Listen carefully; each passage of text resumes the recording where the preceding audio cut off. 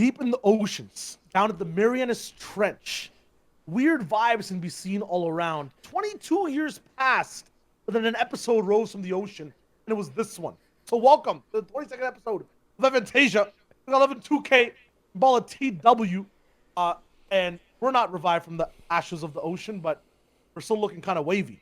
Am I right, boys? Whoa, that was deep fried. You don't even know what you just did, but you had a Team Atlantis reference there to G2. You had a Wave Esports thing, which we're going to talk about a lot today. That was deep fried, that intro. Holy shit. That was nice. That was nice. I like Levin's face the entire time. So every time you give it one of those intros, I'm just like cheesing because I think it's fucking hilarious. And Levin's always just like, what the fuck? Like, I'm trying to suss it out. You know what I mean? I'm trying to suss it out. But this one, like, it started off and it was very, I mean, it felt like, I don't know, it felt almost like you were an ancient, you know, like them people that announce like the gladiators coming to fight. Do you know what I mean? It's like, it was giving me those vibes. And so, like, I just wanted to, you know, something like almost ruined it. I was gonna sing 22 by Taylor Swift, but no. Yeah, it's a good thing. I said the numbers too early, so I couldn't say it again. So, hey, I mean, I'm still feeling 22, so I'm chilling. It's all good. Hey, let's go. Hey, you don't look a day older than 22. You know the ones that you look like you're 22. Thank you. Nice. Let's start Fortnite, yeah? Yeah. I mean, I guess that should be what we're doing. So let's jump in. What else would you like to talk about, Shai? I don't know. I want to talk about Guild Esports is what I want to talk about today. And the fact that they are bankrupt. It's not true. But it's nice to lean in heavy and then go back so it doesn't sound as bad. But $4.3 million loss over 6 months. Like, I'm trying to figure out a funny reference to make, but I can't because I haven't seen so much loss. This is an absurd amount of money. I mean, an absurd amount of money for a team that is heavily invested in Fortnite. So they have a Valorant team, and that's pretty much it. Maybe Rocket League. I know they have a Rocket League team too. They have a top Rocket League team. I mean, maybe, dude. They've even paid, of course, you can't get Hollywood to fucking go on your content. No wonder they're at a loss. They fucking got 2K in a video. That shit must have been at least $4 million. No, hold up. Don't they have Subway as well? You got me, guys. I may or may not have charged 3.7 mil to be in the tennis video. I know. I'm sorry. But, you know, like Bala said, I don't come cheap. You know what I mean? I don't come cheap. 4.3 mil is a lot of money. It depends. That's an absurd lot. All I'm paying you for FNTASIA is like a couple of cheeseburgers. Like I got a Twitter follow. That was what I got for being on FNTASIA. I got a Twitter follow in return. From the FNTASIA podcast account. Not even VoloTW. I don't follow you there. Yeah, not on my on the FNTASIA account. I got a follow. That was worth it to be fair. The man still got the wrinkly shirts, Levin. No shot with the 3.7 million. Oh, they're not gonna understand that reference. They don't have to. I need you to understand and feel it, bro. That's what I'm looking for. And that's the best type of inside joke, where it's literally just inside and everybody else is confused as hell. Yeah. They have FIFA players as well. I'm pretty sure. Well, I don't know if they have like pro FIFA players, but I know they have FIFA creators. Oh, here. The article says the Beckham-backed esports organization has invested heavily in 2021 with Guild establishing itself across a They said across a range of esports titles such as Valorant, FIFA, and Rocket League.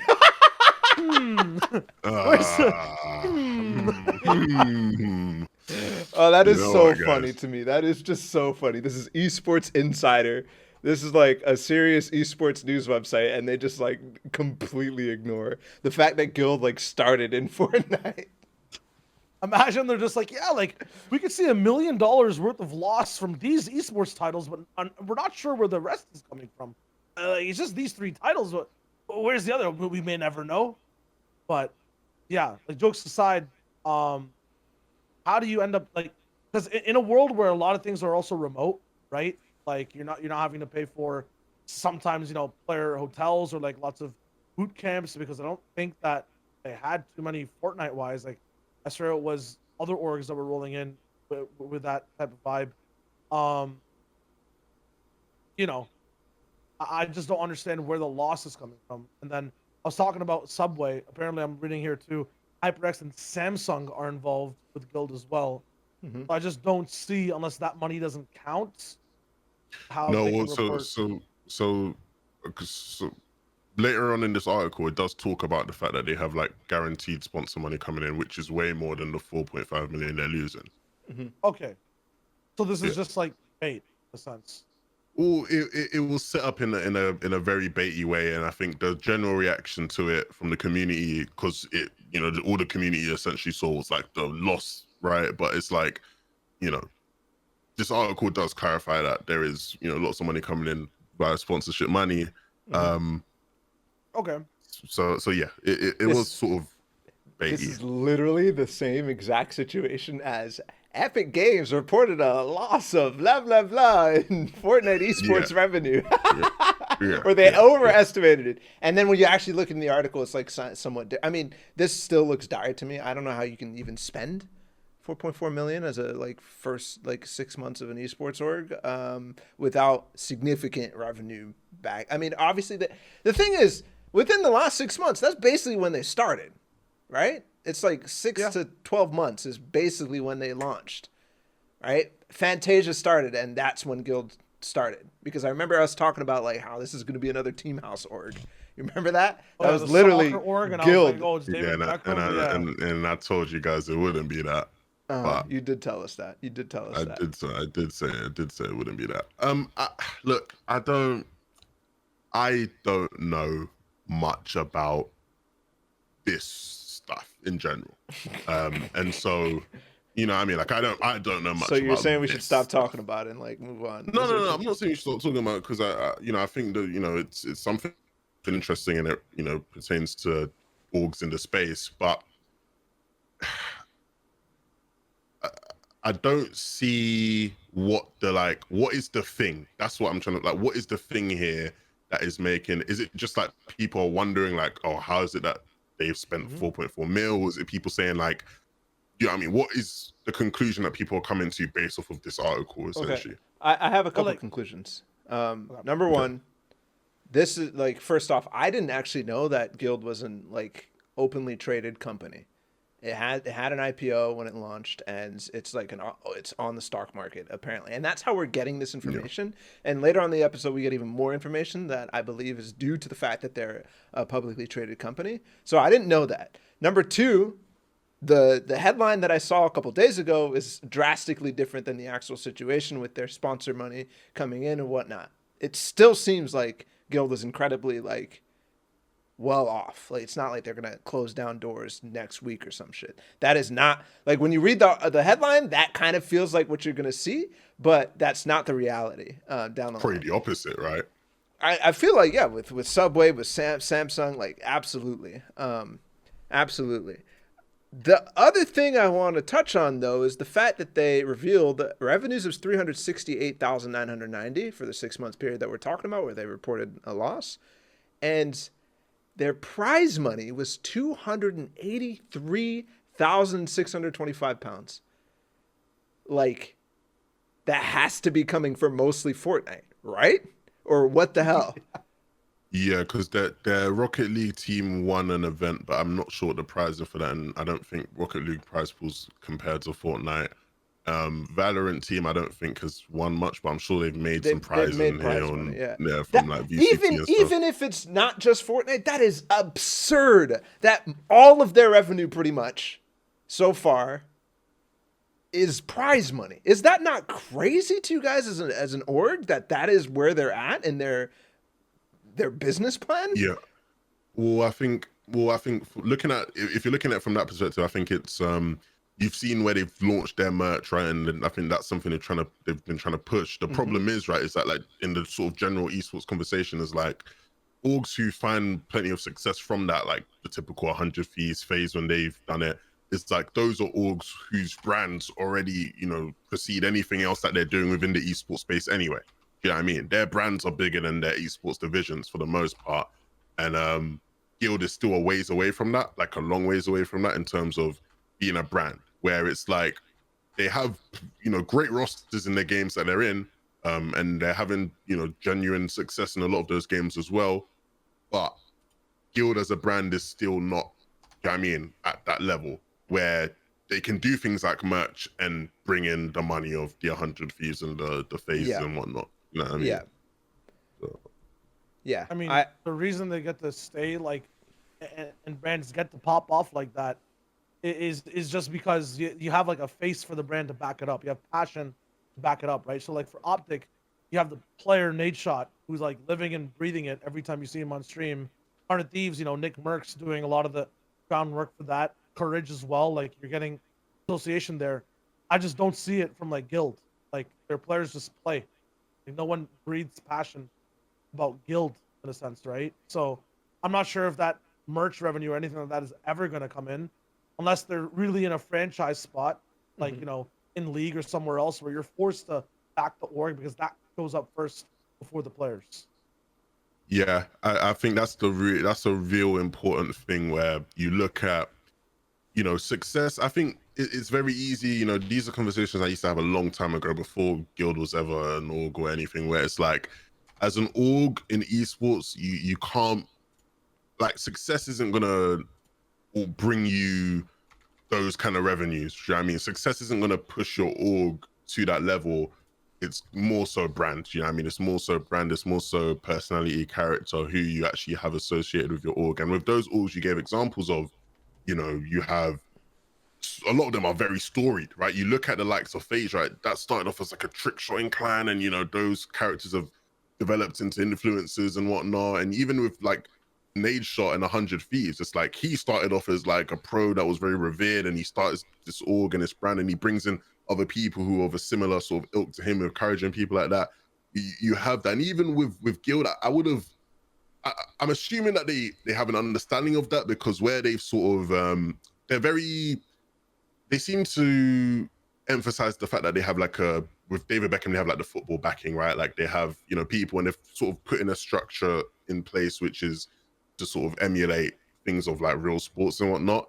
And if you look at even the most successful sports teams, those are teams who have that in terms of storied history, where, you know, their brands are more than what they are in the actual sport a lot of the time, especially in the case of David Beckham, where he's like, you know, class of 92, Manchester United, you know, 99 treble, even though some people listening will understand those things. If you do, you'll know, like, these are like stories that people attach themselves to that make people love Manchester United more, regardless of whatever is happening on the pitch. And I think Guild still are yet to do that, where they are building their brand. And I think, you know, I think it's possible. I think it's possible because they could, in theory, you could say they're planting the seeds for that. Like, Hen could become, like, if Hen continues his success and in theory, right, it continues his brand and there's another World Cup or whatnot, Hen could be the next Renji/Booger, right? And then that starts to help you do that kind of stuff. Do you know what I mean? Here's the thing then, right? So here's some of the points we put out so far. Yes, they've lost money, but we're not sure if it's actually something that is to worry about or if they actually have, etc.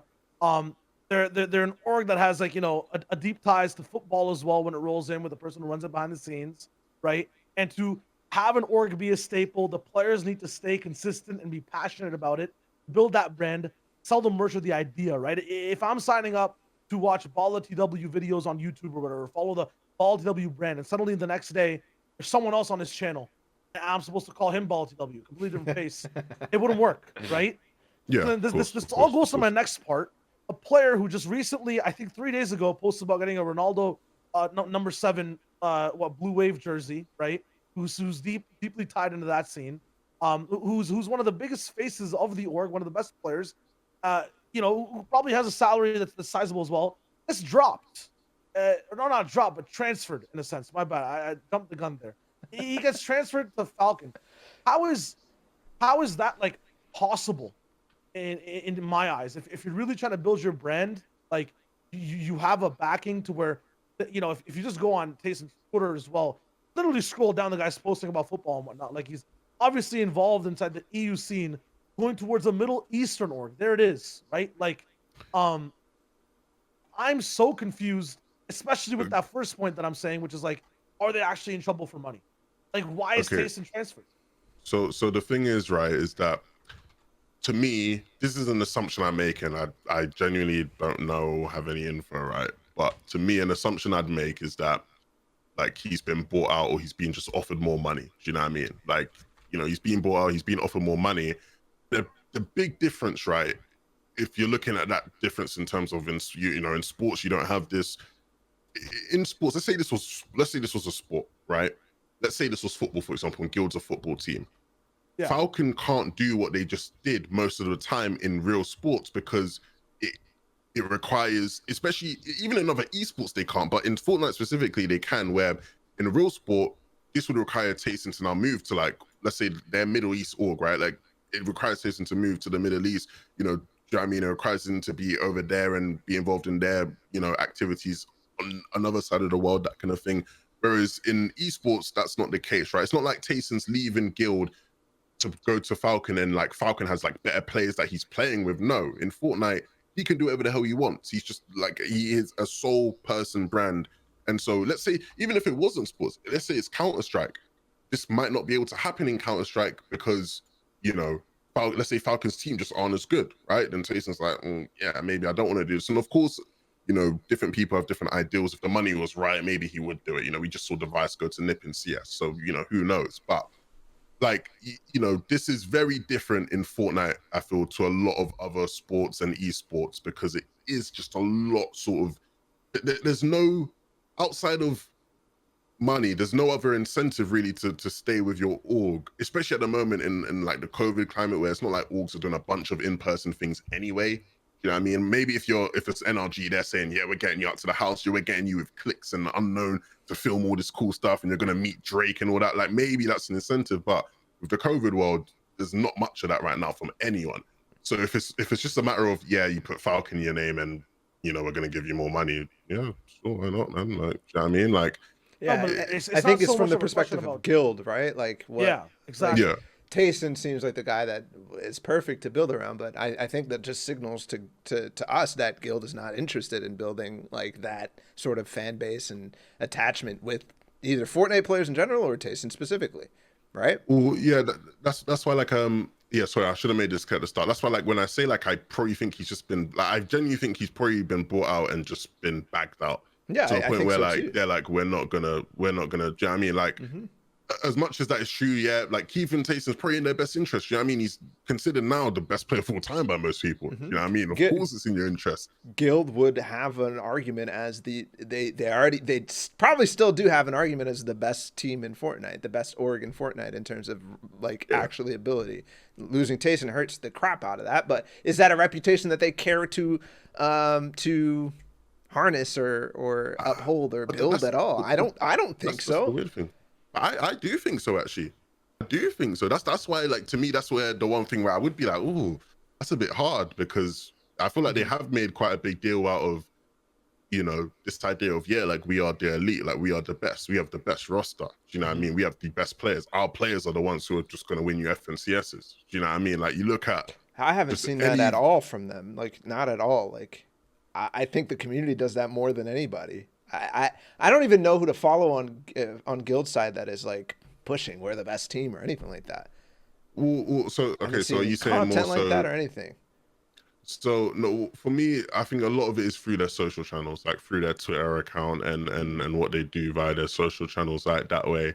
In terms of being like, are you saying more so in terms of like someone who is like the face of No. Guild I mean, Fortnite? not necessarily the face or anything like. I'm talking like a Reno type person, you know, somebody who's just talking up his team. Well, no, but they have that. They have that with their director of esports. Okay. He's, you know, constantly tweeting about stuff. But I okay, in that sense, yeah, I do get you. I feel like in that, because he will do that with all of their different teams and whatnot, and big them up, you know, periodically when it's relevant. Like before an FNCS, he's tweeting a lot about Fortnite and what their Fortnite teams are doing. Before Rocket League stuff, he'll tweet a lot about Rocket League, what they're doing. More there. like an But they have that.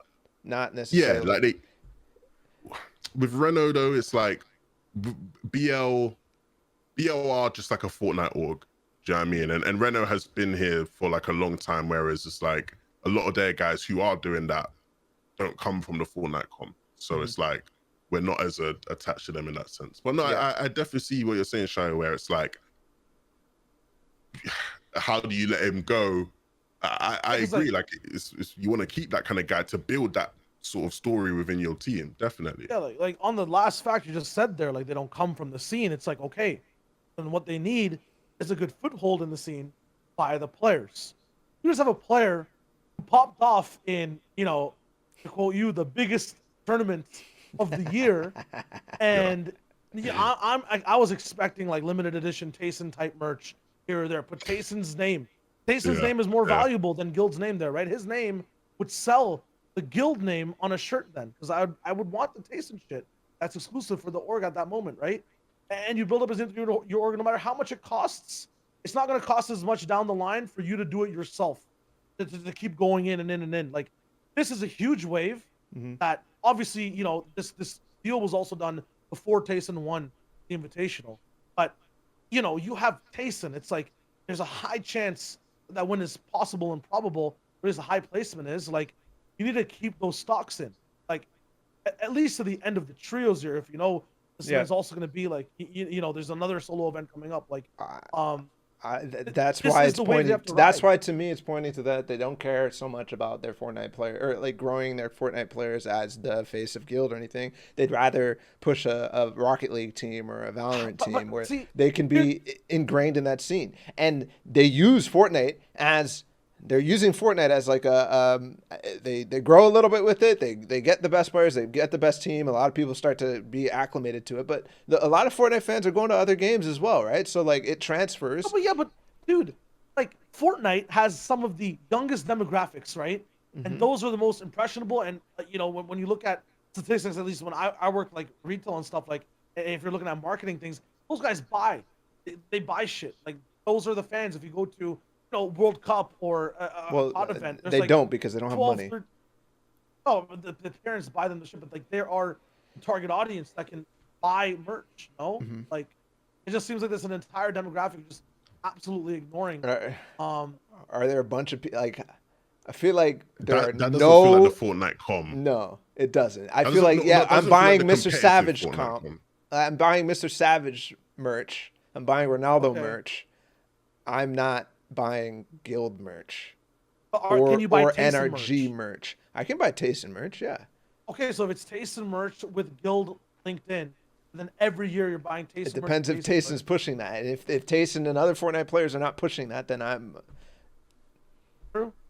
He So needs to I like wanna that. put That is a Steve- relationship that needs to be grown, and that's where I think Guild is like this isn't going to happen in Fortnite. So there's no point. True. So let's use it as a place to earn revenue, which by earnings, and selling players, right? Yeah. And let me bring this up because I think it's important to the conversation. There's because Guild is a publicly traded company. I believe we have seen multiple like stock market companies like reporting a $150,000 transfer fee for Tayson to Falcon. Yeah.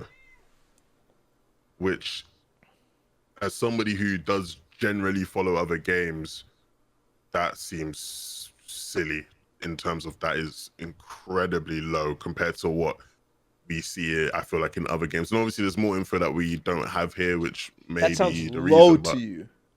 Sounds Compared low to me what? As well, just looking Really? at like CS:GO's. Compared Yeah, like to CS:GO's like Okay, you got okay. the $1 million contracts. I think we're just sensationalized. Yeah, that's what I you're was gonna looking say. I at like think I am Device, just or you're sensationalized. looking at like I don't know any of the other like all the Tens and Cloud9 stuff like that, buyout you and know what I Tens and mean? stuff. Like, But yeah. like this is Fortnite, guys. Come on now. Like this is that like you don't are you guys factoring in Fortnite when you're thinking like oh this is low or what? I'm factoring in two orgs with a lot of money and the, somewhat undisputed best player right now in the world. No, but I understand that doesn't actually hold as much value, because even with those people, right, like with the Tenses and the Devices, that massive value doesn't come from the fact that they like might be the best player in the game a lot of the time. Like a lot of that is more brand stuff, and like you look at Tayson's brand, he's massive and he's growing, but he's still not on that level, like or anywhere near if a lot of those guys were comparing it to. I just still, it still does just feel low to me. I don't know why. I don't know why I would have expected it to be more. There's just no reason. That's just how I feel about it. Just Did you guys see the really news about like Complexity getting sold? And it was like Yeah. 34 million and stuff, something like that. Yeah, I was, yeah, and 11. You listen, replied to the I was that, yeah, that like- it feels like you're doing what I did to that news, where I'm like, wow, I know esports are overvalued, but this still seems low. Yeah, do you know what I mean? Like, But to me, I'm like, so I feel like I feel like I'm more rooted in reality here, and I'm like, this seems like probably on the good side for. Like the high side, honestly. Like this is probably the right range for a Fortnite player getting sold. And everybody's like, oh yeah, I know Fortnite is overvalued, but this seems low as shit. but it's funny because if it was higher, like you said, if it was higher, I would have been like, flipping hell, why was he worth that much? You know what I mean? So like, if it was the other side of the spectrum, I would have been like, bloody hell, you're paying way too much for a Fortnite player. So nah, I agree with you on that one. I feel you on that. I wanted to put to Shai earlier, right? So like, what do you do, right, if you're in that position where you have this player who is Tayson, for example, and another org's come around and they're like just gonna slap silly money at him, and it sort of ruins because one thing with the football background, right, and I'll put this in, this applies in all sports as well. You have wage structure, right? Like you will have a wage structure. You know, as much as you could have a player who's, you know, a useful player, he's a good player, he fits the system well, he's useful to your team, maybe not the biggest brand, but he's liked by the fans, whatever, do you know what I mean? And if he comes and he asks for like to be one of the highest earners, and it's going to ruin your wage structure because now people below him or people above him are thinking, if he's getting paid that much, I clear you off more, do you know what I mean? Like if it's going to ruin that, you're not going to do it. At the end of the day, you see top teams in everything will lose players that way. So in your situation, are you saying like you would just pay him because so early in the org you want to just keep this culture going, or it's like if you look at the way you've kind of put down the landscape, and then the stuff Bala said about like thinking about how these orgs think about Fortnite in their repertoire versus all the other esports in terms of brand identity, it makes sense because like if it's COVID, right, and you can't offer like the facilities, you can't offer the luxuries and the atmosphere of an organization, at the end of the day, for a player, it does kind of just boil down to money, right? Guild isn't making special keyboards. Guild isn't making clothes that are more breathable to make you flick faster, right? Guild's not making you feel at home in a facility or doing much LAN content with you, and is not there at every event because, hold up, let me check. Oh yeah, there are no events that are going to be happening, even in the near future. So it's like, for Tayson, it just makes sense to go for money. And for every org, it makes sense to just battle over money. And if there's like, an oil prince rolling in who can offer the most amount of money, a transfer fee, then like it makes sense for your org to be like, well, this kind of sucks, but is what it is. And it makes sense for Tayson to be like, shit, like I'm gonna buy you another house or another car that I can't drive yet because I'm not of age. Like it all fits together like a good puzzle. Now that I've talked about it through a little bit. I'd love for us to do some like FNTASIA extra content and get someone from Guild, because I know like people from Guild listen to the pod. So I'd love if anybody, would be able to like come and talk. Obviously, maybe they can't give certain details, but like the general like philosophy of it, I'd love for someone to at least come on. Let's do it. And have a conversation about that. Comment down below if you're from Guild and want to get on the podcast. Shut the hell up. Just say I'm from Guild and I got info. No, that's just gonna be the whole comments now. Fucking hell. We get like 10 comments a video. Like relax. Like the whole. But I don't want all 10 to be. I don't want to be the whole 10 to Guild. Like I'll have some diversity in there, man. Dude, I'm still getting DMs of Flamingo. So like this earlier week. DMs. I swear. Yeah, on Twitter, like people DM me Flamingo, and I'm like, bro, like comment on the video, man. Like on the new one too, and all the old ones as well. You know what I'm saying? Like rep it up. But we're one more thing on the one little gem in here was that Tayson joined Guild on a no-fee transfer contract in February he was on BL, right? Or am I tripping? No, Tayson was on BL. Where was he on? He was on a different team? Tayson was on. He was a free agent, but he was on E11 before. Oh. I'm pretty sure his contract with E11 ran out, fucking and then okay. he joined. Yeah, so why is it a transfer contract? That Maybe- doesn't So make maybe- any transfer, sense. doesn't E11 have this clause where like, I'm you thinking can of stay on the org, but you can be FA the entire time? Yeah, Maybe. maybe it was directly from E11, but I just Yeah. remember him not repping E11 for a while, then joining again. That's why I'm assuming it was like he wasn't on it, but maybe he was still on Yeah, E11. it was set to expire in 6 months' time. Okay, never mind. My point is moot. Let's continue. What were you gonna say, Shah? That's some real football shit, bro. Like you sign them on a free once their contract's left with 6 months left. That's some real football shit. I was gonna say that, you talk about orgs having battles with contracts. You can't forget about the players. The players having battle with the contracts as well. Hashtag free my brother Jur3ky, bro. Or Jur3ky actually, which I'm pretty sure is how you're supposed to pronounce the name, right? Isn't it Jur3ky apparently? That's what he was saying Sounds on like an about right. interview or something. Sounds right to me. That sounds hella better. So I'm gonna roll with Jur3ky for the rest of the episode. Yeah. Okay. Who wants to pop off first about this stupid topic? Before we pop off on the actual topic, this is Yeah. DJ's like third free hashtag free something. I feel Yeah. like it's DJ Because starting them almost every time because he like actually gets the details because he's coaching people and whatnot. But he says, "Can't believe I have to do this again." But keeping a player who won an FNCS stuck on a $0 academy contract and saying he got lucky, etc., doesn't sit right with me. Okay, that's a little bit more context there than afterwards. So yeah, let me pull all that stuff up. So before the pop off as well, the whole saying he got lucky, I looked into it a little bit. Has to be behind the scenes stuff because I didn't see anywhere. No, it's here. It's here. Look. It's here? Okay. Yeah. Lou posted a statement and basically... For context for people listening and watching, who's Lou? Yeah, Lou is I think he's the manager of Wave. He used to be a coach for Wave. And used to be a top Fortnite player. He used to be a top Fortnite player back in the skirmish days. Like he's that dude. He's pretty sick. I've talked to him a bunch of times. But anyways, Wave Esports is a passion project started by a group of friends. Blah blah blah blah blah. In here, he says there's a lot of misinformation. We internally agreed on paying him a smaller salary after FNCS for the remaining 3 months of his contract. Because he didn't want to sign a contract for a longer time, even though he didn't want to sign a contract for a longer time. So basically, that's a thing that orgs do. It's like, okay, you are obviously bigger than your contract. Like, let's give you a little bit more incentives if you will sign a bigger contract later down the line, or if you give us the opportunity to, if like you go into a different situation and whatever. But anyways, here's where he says that he got lucky. Basically, he implies that he got lucky. He says, yes, he won an FNCS, but that was his only achievement in 2 years, and it was a team event that he played with one of the most established duos in Europe. So that's where people are memeing a little bit on the he got lucky type of aspect. Yeah. So who wants to start off? Because I'm just assuming my take. No, but I'm assuming because I don't want to go first. Just because I'm assuming my take is a bit different, but it might not be, and so I do want. Get friction. Go for it.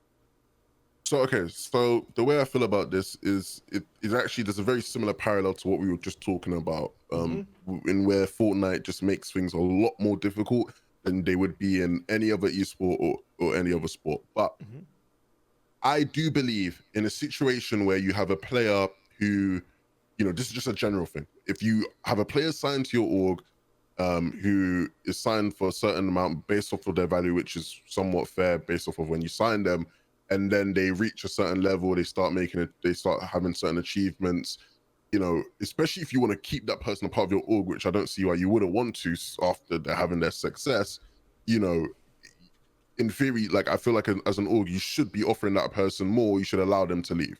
You know what I mean? I genuinely just feel that way. I think that's very fair, where, if you want to keep them on your team because they have, leveled up now, you extend them, you give them the money they deserve.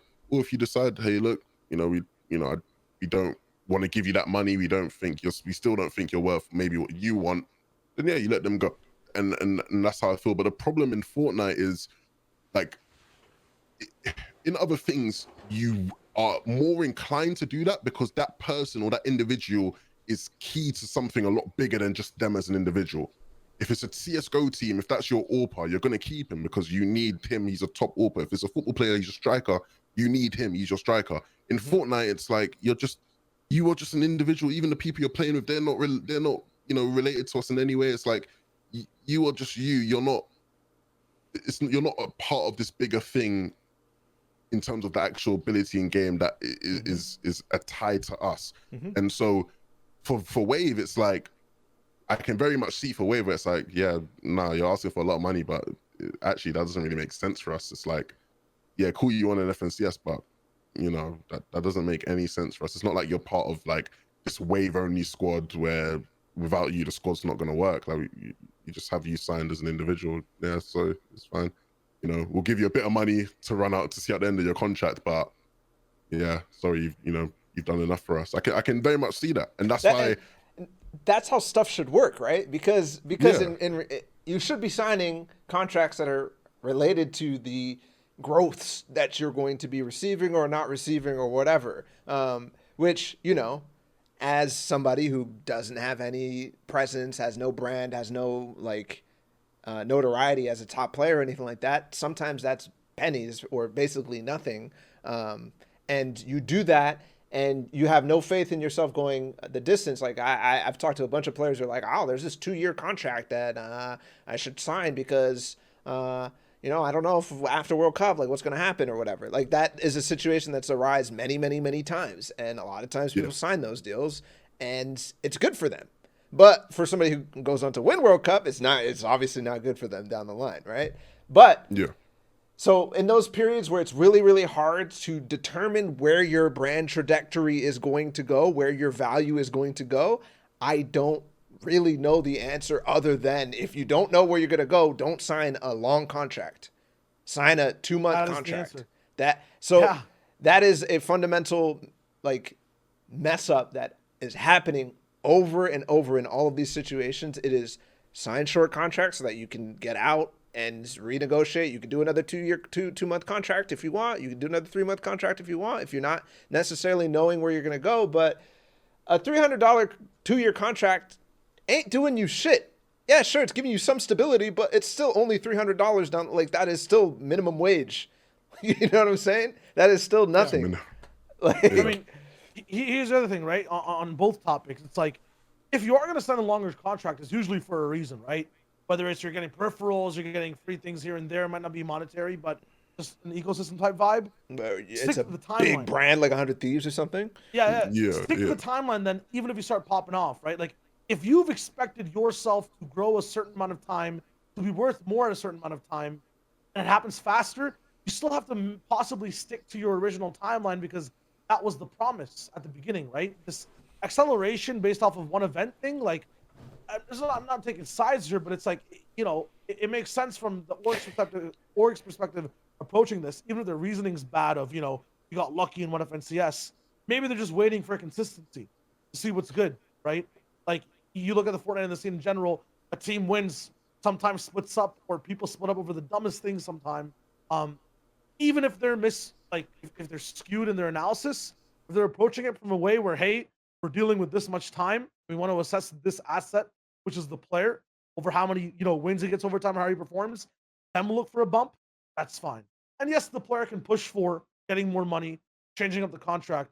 But at the end of the day, it's up to the org to just say yes or no. And you literally, the player, believed in yourself that you'd be worth this much the entire time. Yeah. It's always the player's fault for signing the contract. And quickly, so there's a couple of things there as well. It's like, for me, so what? After FNCS, they said for the remainder of 3 months. So what?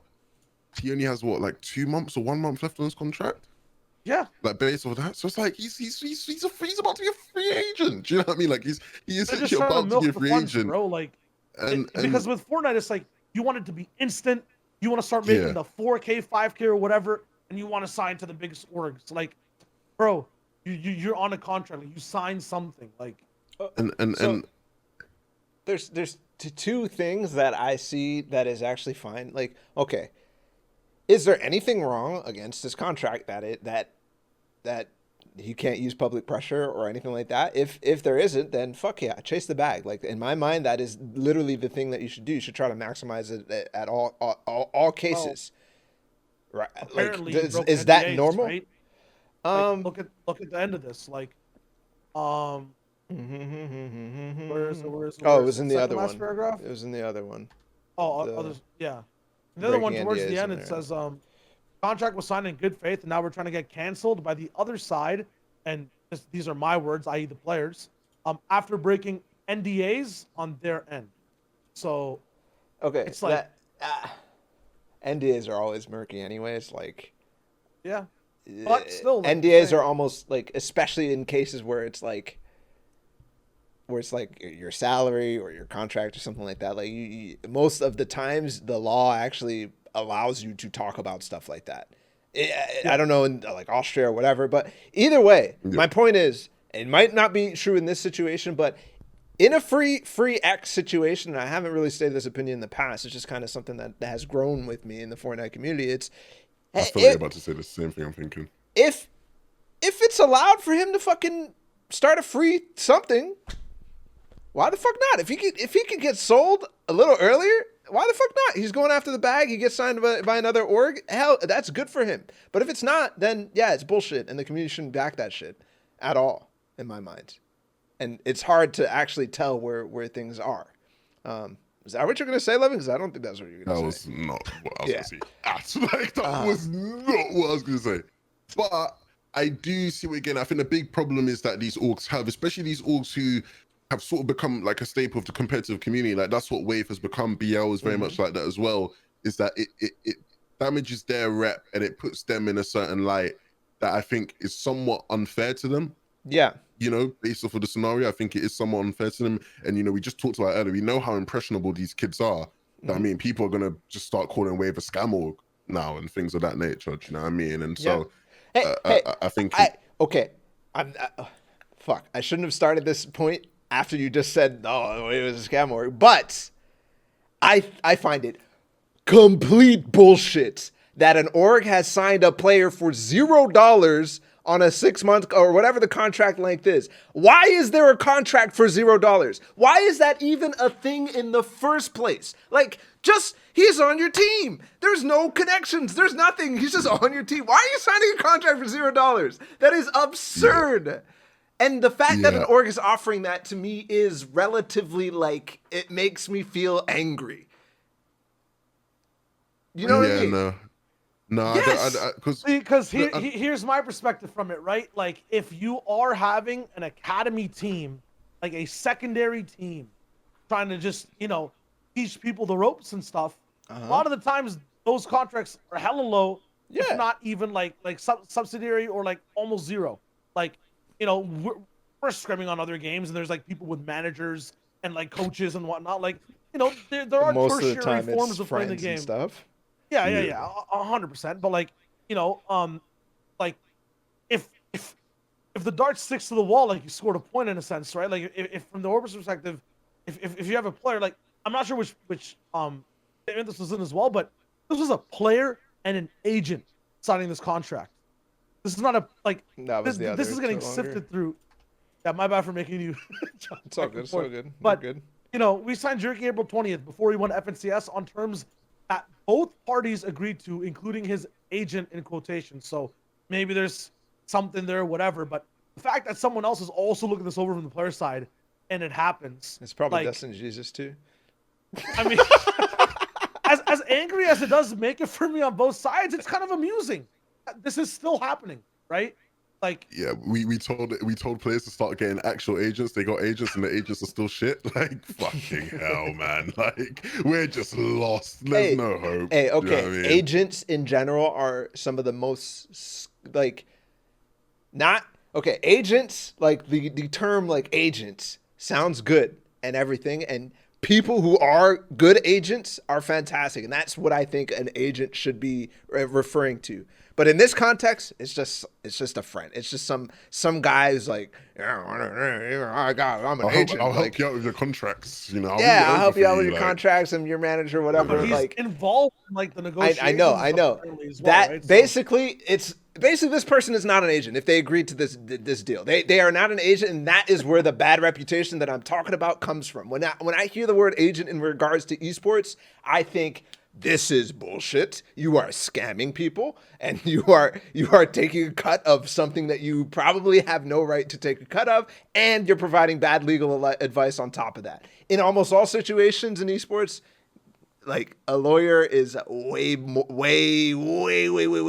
better than an agent, because they'll do almost everything an agent does except for like finding deals and stuff. But when it comes to like actually signing a thing, please, most agents are just bullshit scam. Yeah.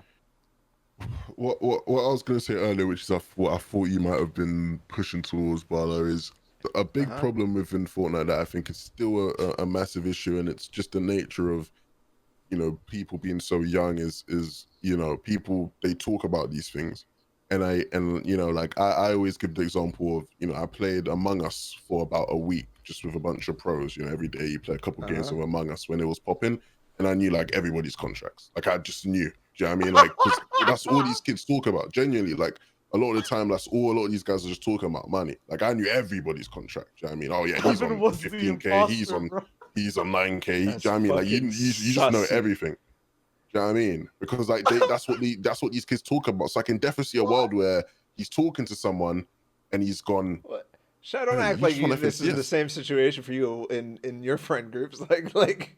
Yeah, like true. Actually true. You know better than you know more than me that this shit happens, bro. Do you know what I mean? You know more than me that this shit happens. Do you know what I mean? So it's like I can see a world where he's talking to someone and he's like, "Yeah, I'm still on the shitty little wave contract because of my academy shit." And someone's going, "You just want to FNTASIA?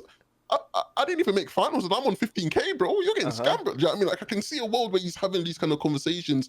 And obviously, once again, like gets to DJ and DJ's like, "I'm not having this free Jur3ky on Twitter." Do you know what I mean? So like, do you want to know how far it gets?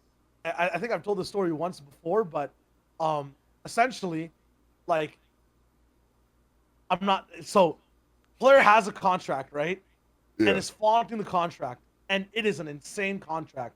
Oh, this was way early in Fortnite, and it's insane. So then, you know, other players are like, "Damn, like playing like this is worth this much," and one of the players is kind of impressionable, right? So then, this said player is approached by Dream.org, and they ask him, "What's your price?" And he says in his mind, you know, like I'm on the level of this player, close to, and says the price that player said, and that price was, you know, in the contract talk, the OG player who was flaunting the price was lying about his contract the entire time, and you know, reputable people that we all respected in the call were backing him up, and we all thought it was true. And the dude who got his Dream.org offer, they literally said LOL at him in DMs and ghosted him.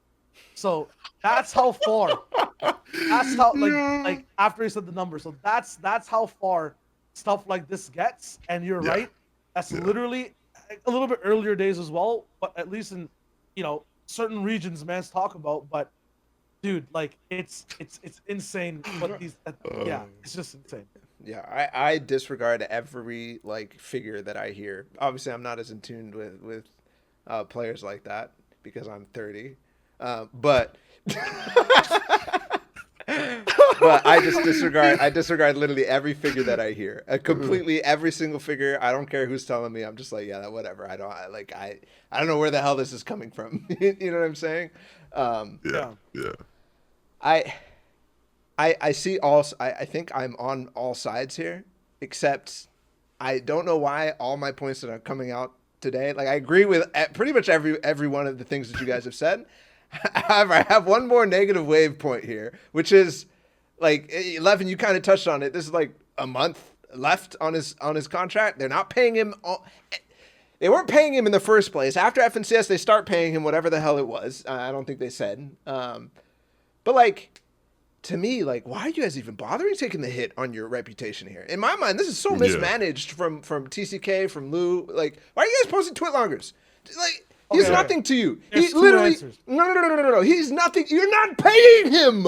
So who gives a shit? Just let him go. Why are you like you're taking the wave is a scam org hit from this free X situation instead of just being like, yeah, fuck it. Like, we're not paying you anyways. Have fun. Like, goodbye.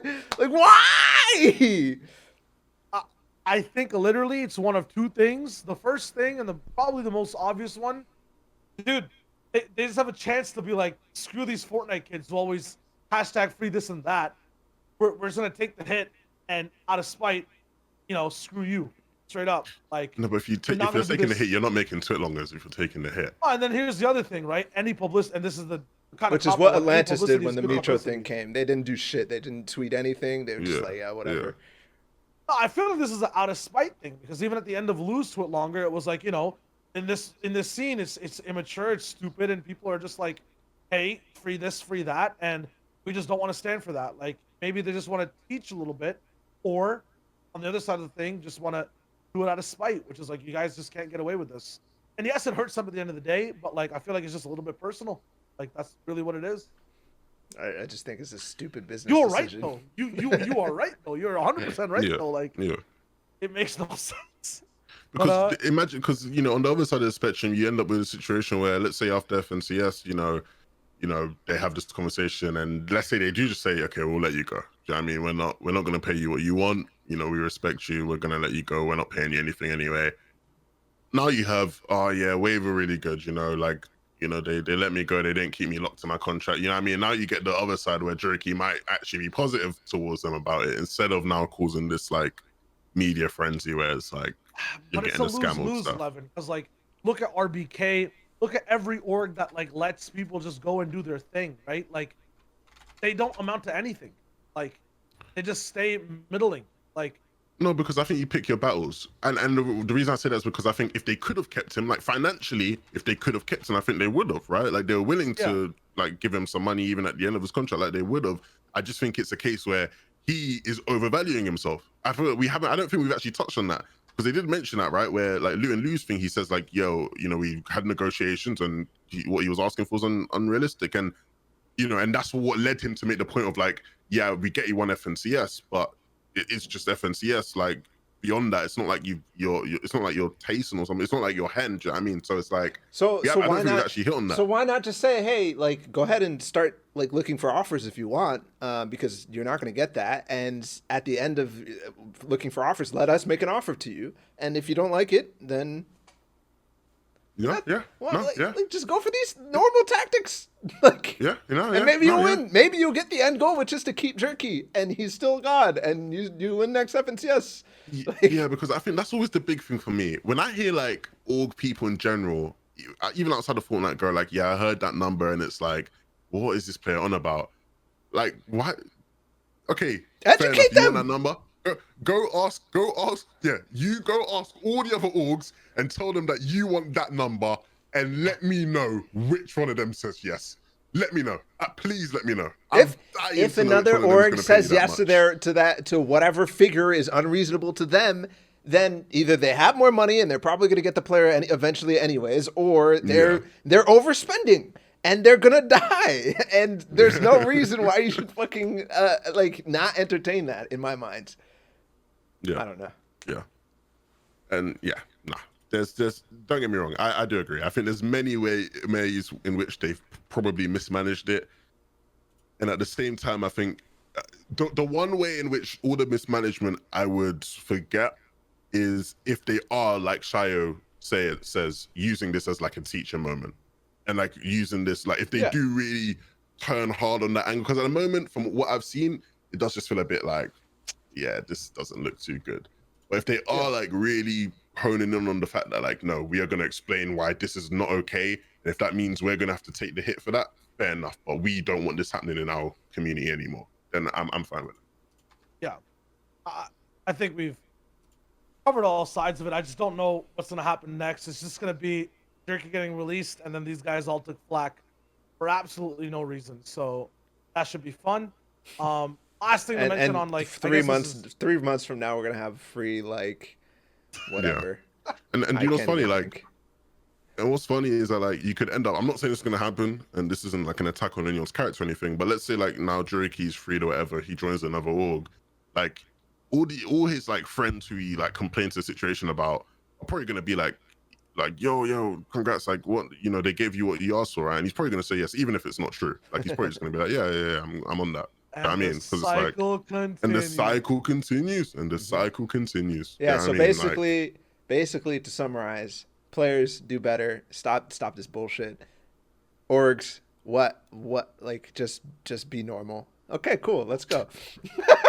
Okay. Sick. That, I feel like, you know, that's looking at org states. The last thing to talk about is you know, turning off the steam engine, putting the brakes on the tracks. Train hard. The mans, they are out. And honestly, I wish I got the tweet for them because it could have included any pun other than closed its doors. But I guess trains also have doors. It is what it is. And at this point, the social media guy's gone anyway, so it's literally the CEO who's like figuring out what. No, I'm. So TrainHard Esports was an org that had they had SAF, they had Alpha, they had Blaster since the days of World Cup. Honestly, they've had a bunch of French players. Amplify Matzo. Amplify Matsu, yep. So they're closing doors, much like Atlantis closed their doors, although they eventually got sold to G2, which is pretty cool. We didn't cover that. But yeah, I mean, this just shows the state of everything. If Guild is making a loss, then what the hell is TrainHard doing? Just TrainHard got SAF, and that guy had a big ass straw. Just, like, what was it? A few months, and like they're just now economically gone. Yeah, SAF is the SAF is the 11-2K to TrainHard.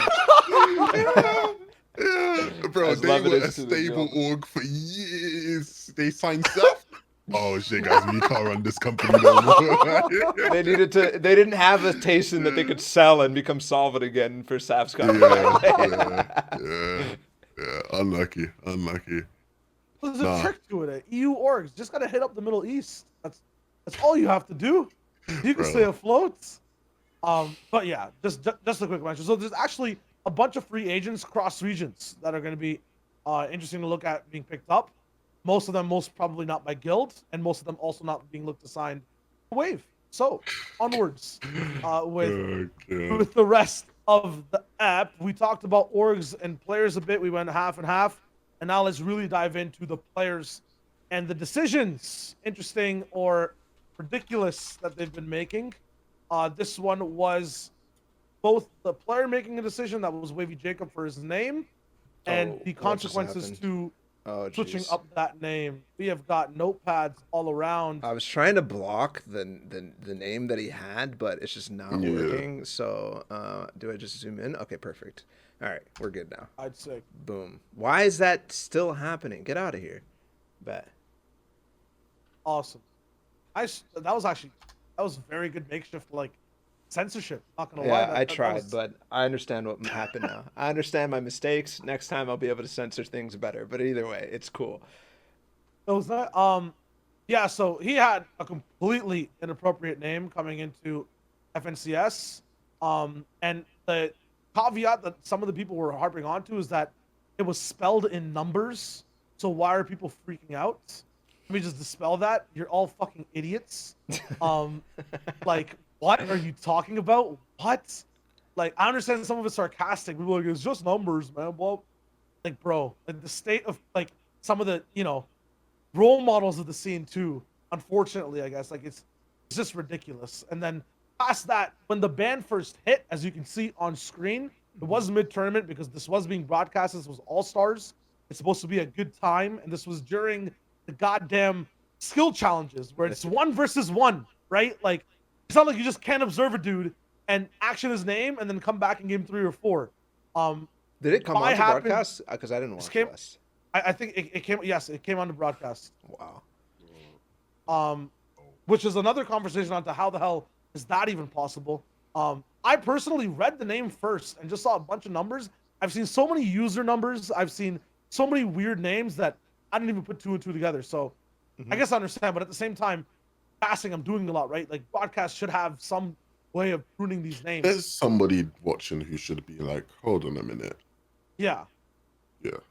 But regardless, 180-day ban was set, and the community reacted hard to that initially. Yeah, myself included, because like it's a name. Number one, Wavyjacob. Like, I don't know. It just didn't. It seems so disproportionate to everything. I strongly believed that Wavyjacob deserved a big ban, a big ban. Yeah. You know, but for a name, a big ban is like 2 weeks. You know, you missed the tournament. Like, you're an idiot. I don't know why you're doing this. Don't ever make this mistake again. And cool, we'll move on with our lives. So I was like, what the hell, 6 months? It eventually got changed to what? Hold on, let me find It's the 48 secondary. hours, I'm pretty sure. Only 48. Oh no, 2 weeks. 2 weeks. I don't understand how there's been people who've been getting action so many times, right? Like many times, removed user, whatever. People have gotten banned already. People got removed from FNTASIA solos, was it? And there you go. Wavyjacob himself has been action for his name before. He has. And so, yes, you like, I don't know what you're expecting to go into a broadcasted event and not get banned. I reacted to the 6 months originally because I thought that was completely disproportionate, but okay, cool. We're here now, and yes. Yeah. I feel like it might have been disproportionate either as a mistake or on the fact that Epic took it personal, bro. You invite someone onto an all-star broadcast and they do this, like, I would guess moments, days before, you're about to show up at a fun event, like, and I'm pretty sure this was going into Party Royale. Maybe it was just solos on the last day, so I might be mistaken. Maybe not the whole All-Stars, but still, the fact that it was so close, I mean, it's just wild. And then, like, I honestly just don't know how to react to this further. Like, other than the obvious stuff, like, it just sucks, man. It just sucks. One reaction I have is that, like, people need to be punished, but also, and this speaks to the broadcast tools in general, like how it's what, 4 years, what is it, 4 years into Fortnite now? Competitive Fortnite? 2018 was pretty much when it started, so 3 years. How is there not a tool to just make the names normal? Like, why am I still watching Oogway 64 or 74 or whatever the hell is it? 74, get it right.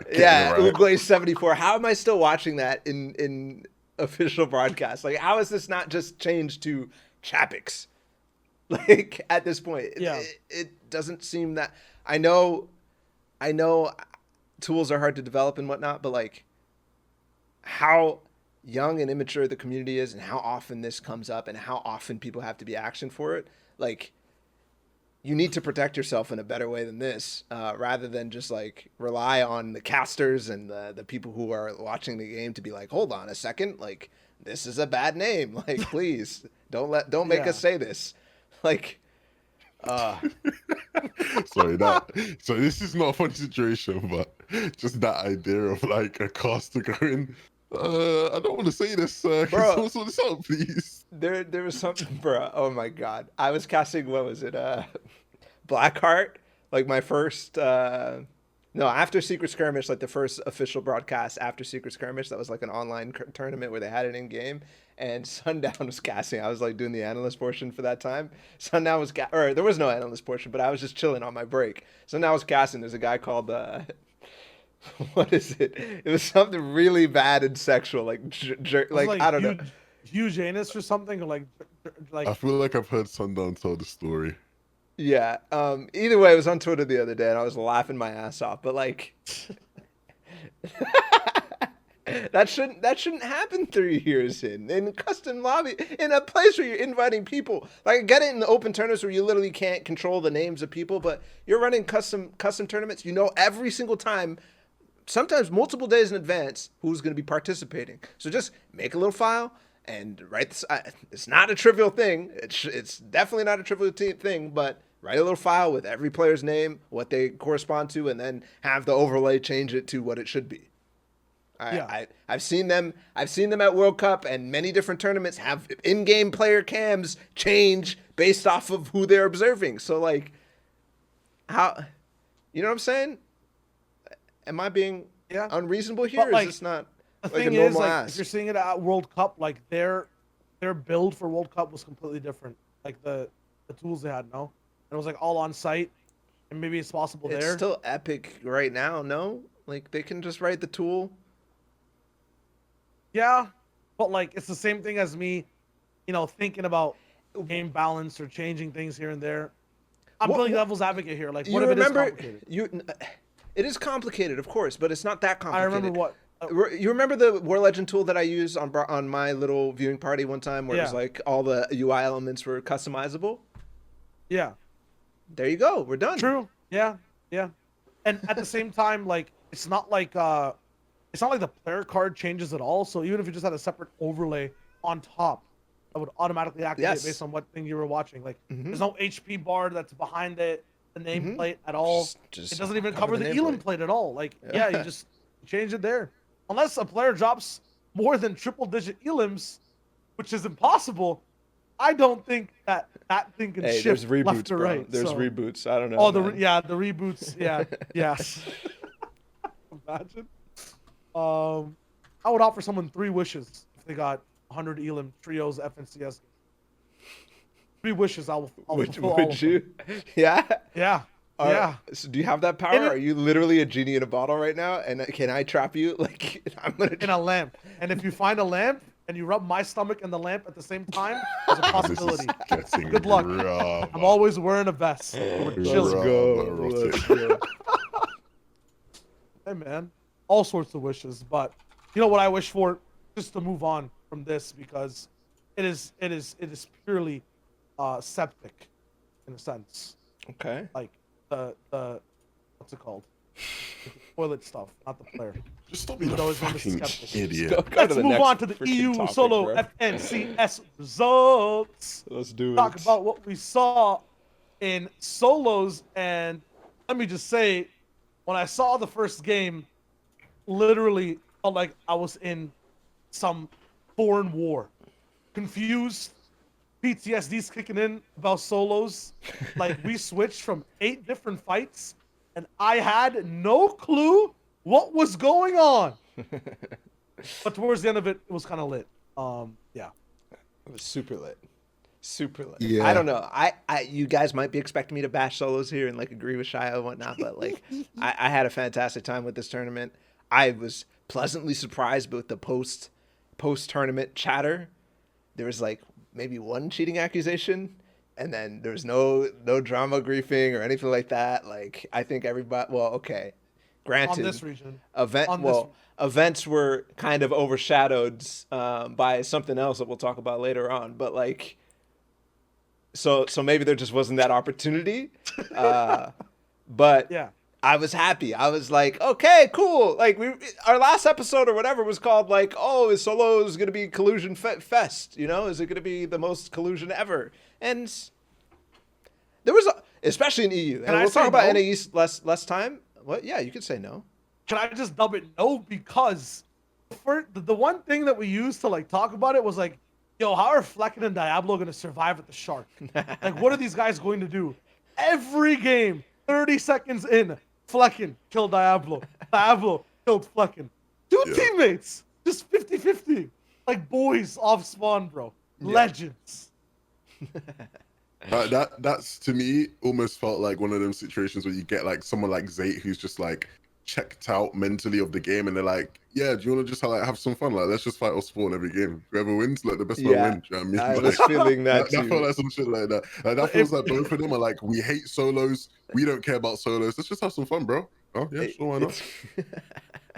Yeah, that is how it felt to me for them. But you know, there obviously there wasn't only them that was a barometer, but generally, yeah, I didn't see. It is so hard to see, and that is why it's such a big problem. But we didn't see anything. And there was one guy who tried to accuse Tayson of teaming because he was in a call with a bunch of people. And granted, that is a big problem, but one does not follow the other. You know, like being in a call. Was it the DJ call? It was a DJ call with a bunch of DJ pros, was and he was always unmuting and beautiful, muting, and he didn't have it in his video. So the guy's like, "Oh my god, this guy's trying to hide what the coaches and players are saying to him," which, again, no matter what they're saying, it's a fucking big problem, and they shouldn't be doing it. However, it is clearly okay to be doing that. Otherwise, everybody be banned. When it comes to actual collusion, there was no. There was none of that. There was no clown music. It was great. It was a fantastic time. So I had a good experience watching the solo events. I'm only really caught up on EU. I watched like 1 or 2 games of NA. So we're gonna do that next week. But we'll talk about EU now. Yes.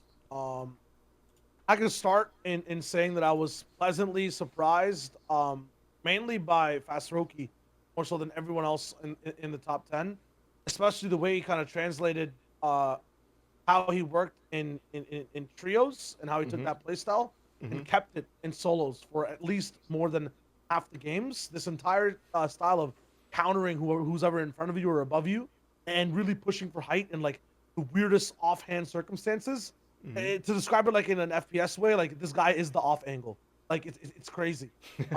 Like the way he comes in, it was sick. Obviously, you know, Vino is also the other star surprise coming in, like, you know, expected yet underdog type of story. But I like the way Jur3ky play these games.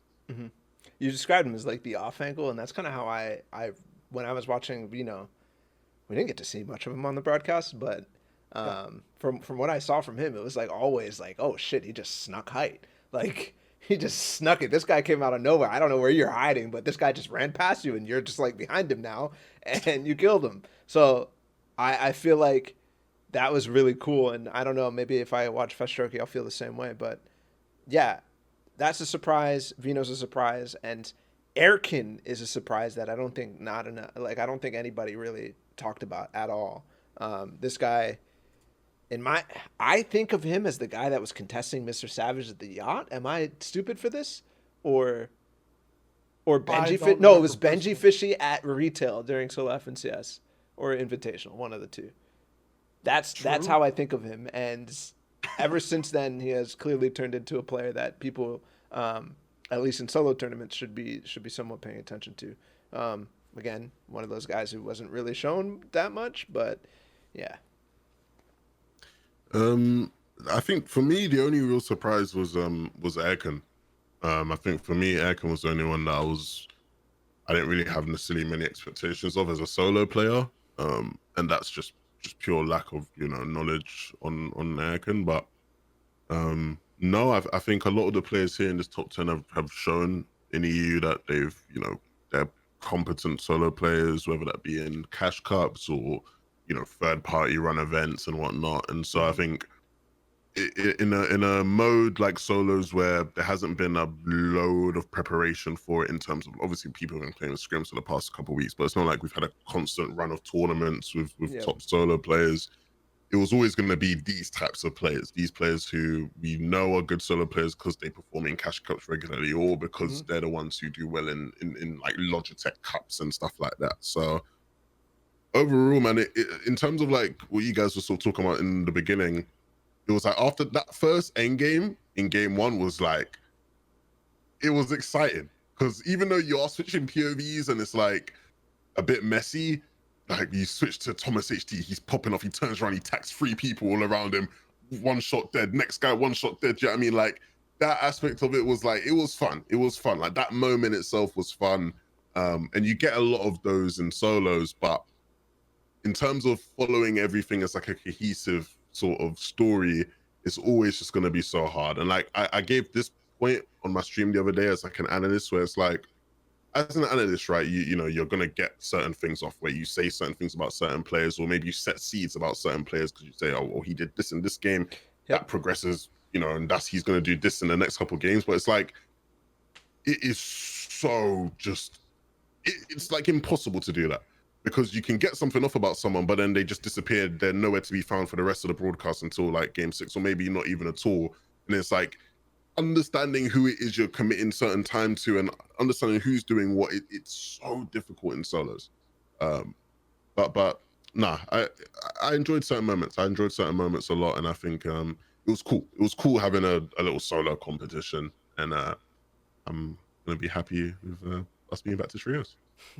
I mean, one of the biggest surprises that aren't in the top 10 in terms of like, you know, the predictions or people bandwagoning through was Savage, who you know, struggling just in general. I'm not sure exactly what zones to get by from, but saw him going down first, specifically third sometimes, but second, first rotations, third zone rotations. Like, weren't we expecting this man to just be like, you know, pretty high up there in general?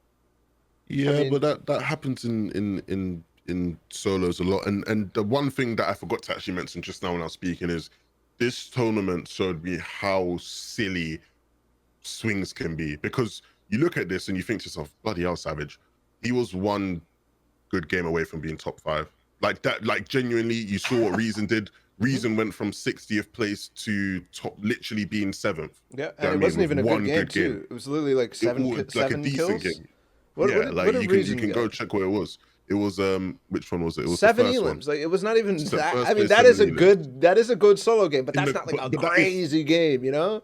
But that's the thing, right? Like in solos, that is the equivalent of like some sort of a crazy game. So it's like, and that's why even like with what player was it? I think it was Noah Riley, maybe, where like Noah Riley like doesn't get into the last game, and so you know it's like really upsetting.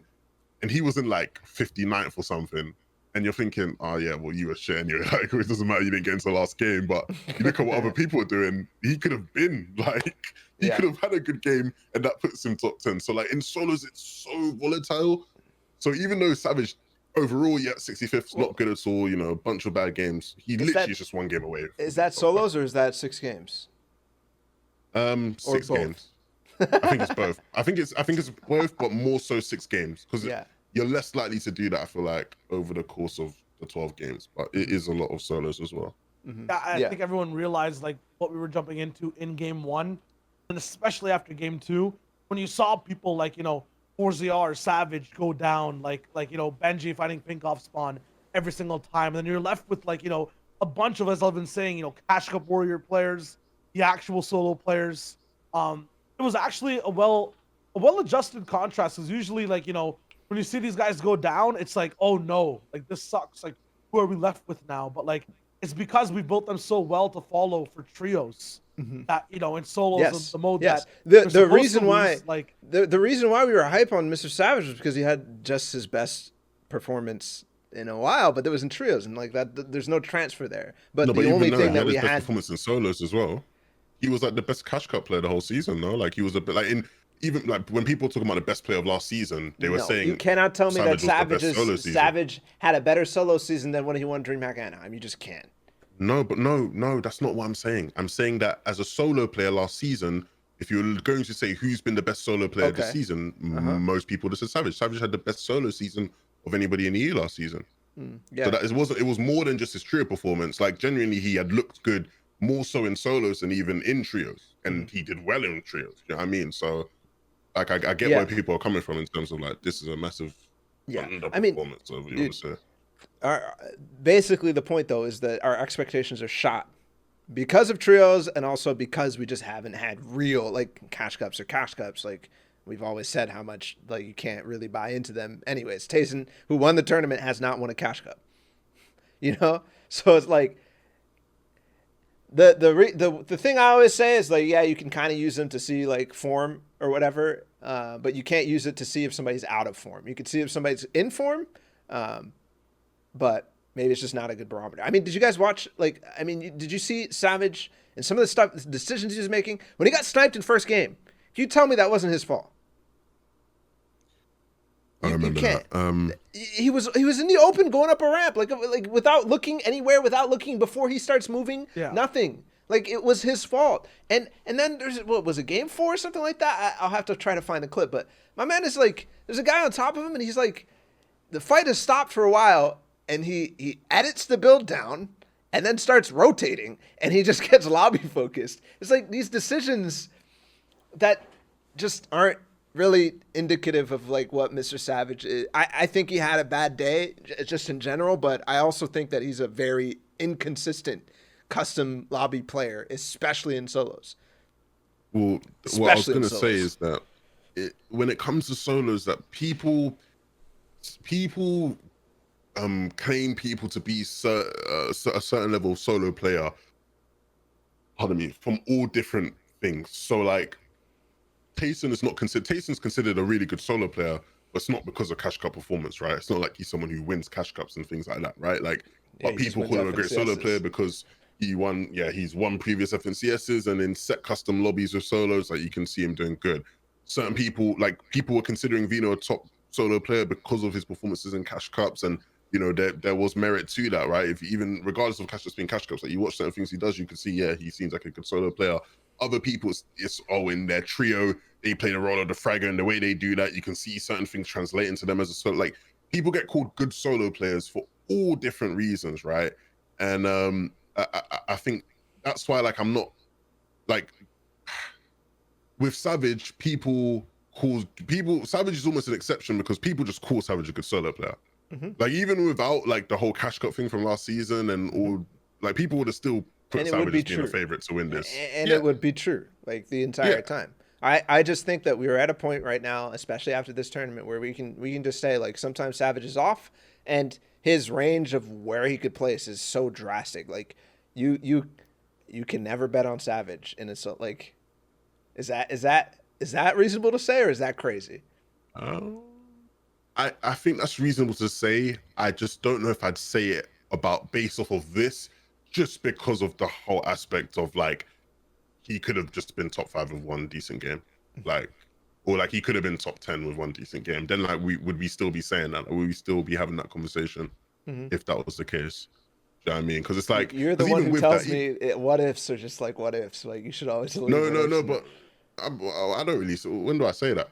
You told me, like one time on the pod, like I don't like that. You're just pulling that out somewhere too. I'm not. I'm genuinely not, loving you, man.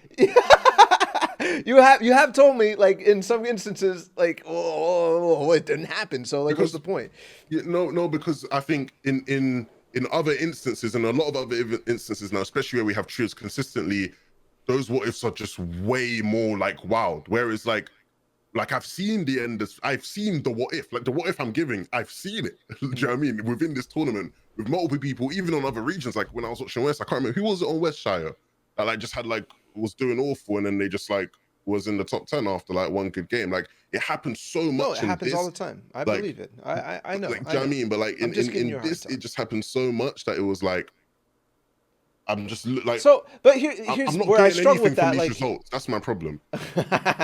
Okay, well, we're getting into a little deeper problem, because basically what you're saying is, fuck it, down to 90th. Like, okay, it doesn't matter that these guys did bad. Like, fuck it, man. Like, no, well, because they could have had a pop off. Like, all these guys could have had a pop off. But that's why like I'm. If anything, this is more of a critique to people who are higher up, because, like, if somebody is like poor or mediocre for like the majority of the tournament, but then they have that one good game that puts them high up, how do you define their performance? Would you be like, oh yeah, they did really well, you know, they're top 10, but then you might look at it and you might be like, hold on a minute, they actually were really bad for 4 games and they had one decent game and then one good game. Like, you would just how describe it as risky. Like, you describe it as a risky player, right? What? No, that's not what. No. That's not what I'm getting at. That's not what I'm getting at. I'm not saying that. No, I'm not saying you're making a statement about what type of player they are. I'm just saying how you would define their performance. Like, regardless of like, if you click on like Vino, or if you click on Tayson, the first place person, right? Like, for the most part, the majority of the games, like, he was really good. Do you know what I mean? First, second, fifth, first, like 4 out of the 6 games, he's consistent. He's doing well in loads of those games. And so, like, overall, you'd say the performance, regardless of whether he got first or not, you would say, like, his performance was really, really good.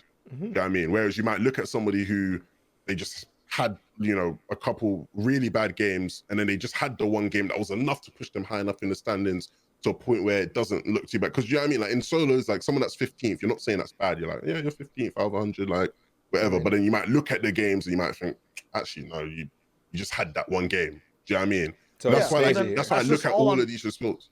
Yeah, that's just on frequency then. That's just always going to be there. Like, and that question will always arise in 6-game formats.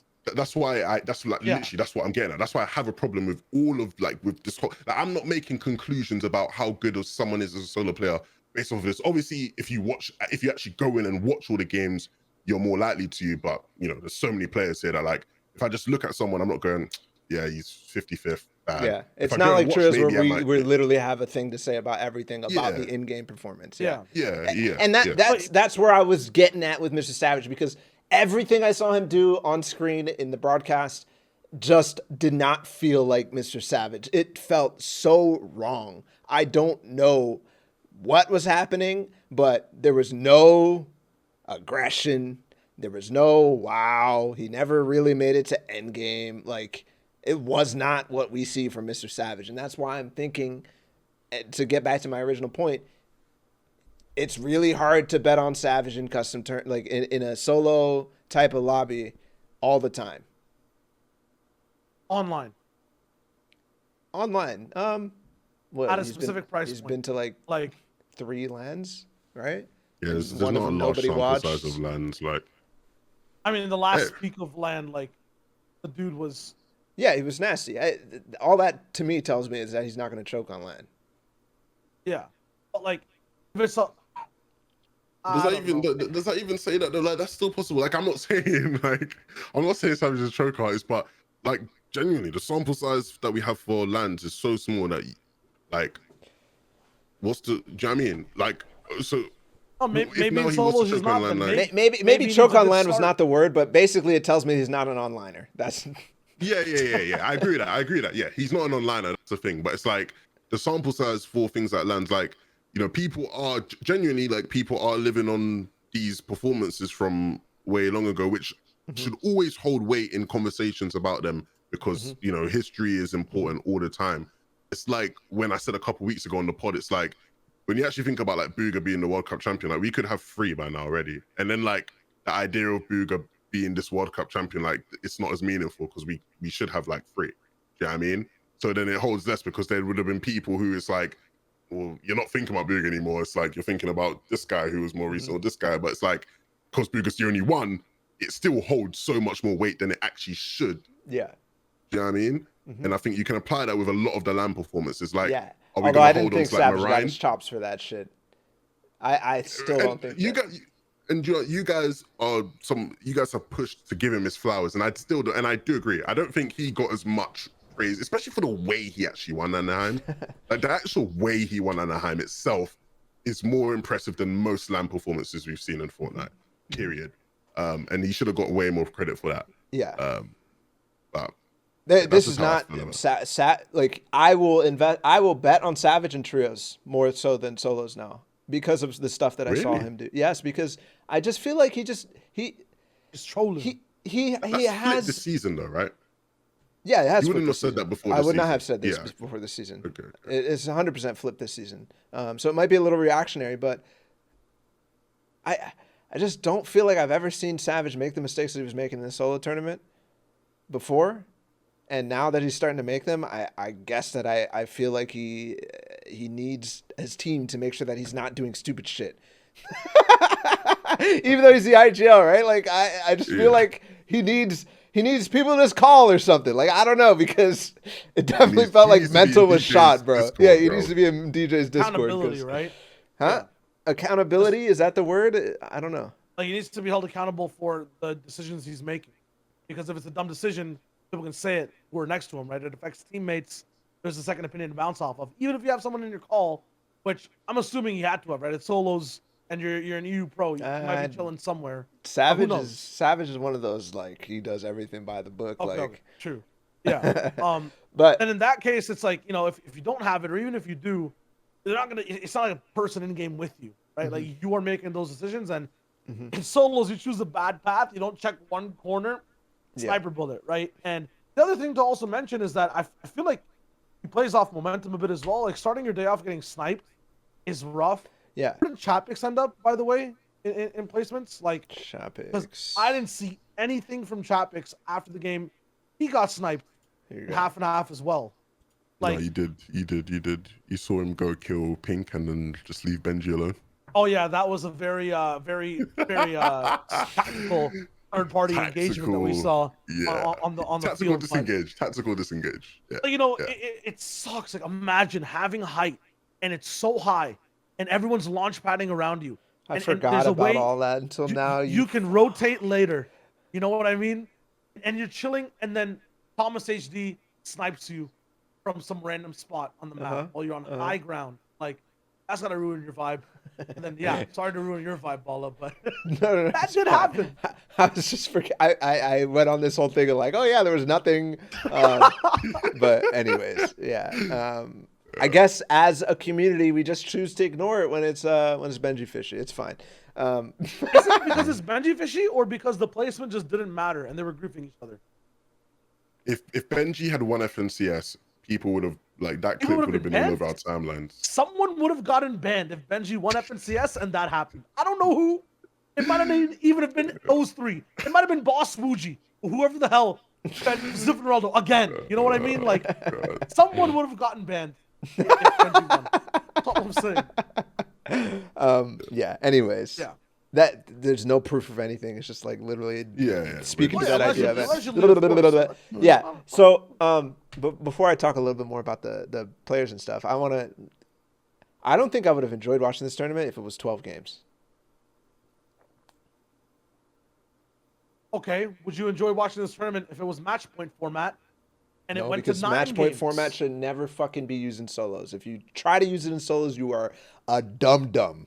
You are so misinterpreting how that format should work that, bro, okay, never mind. Stop. This is so far away from what I'm talking about. I think in trios I can do it for some reason because I think my attention span is a little bit better because it's all focused on like specific things, but it's so draining. At the end of 6 games, bro, I'm like, I can't do this anymore. I can't watch this anymore. Like, please let me go somewhere else. You know what I'm saying? I think it's because also like it's just a little bit more random, right? And the randomness should keep it fresh. But at the same time with solos, it's like regardless of the randomness, no matter what changes every game, it seems stale. Like by after 6 games or close to 6 games, right? Mm-hmm. So it's like the worst of both worlds.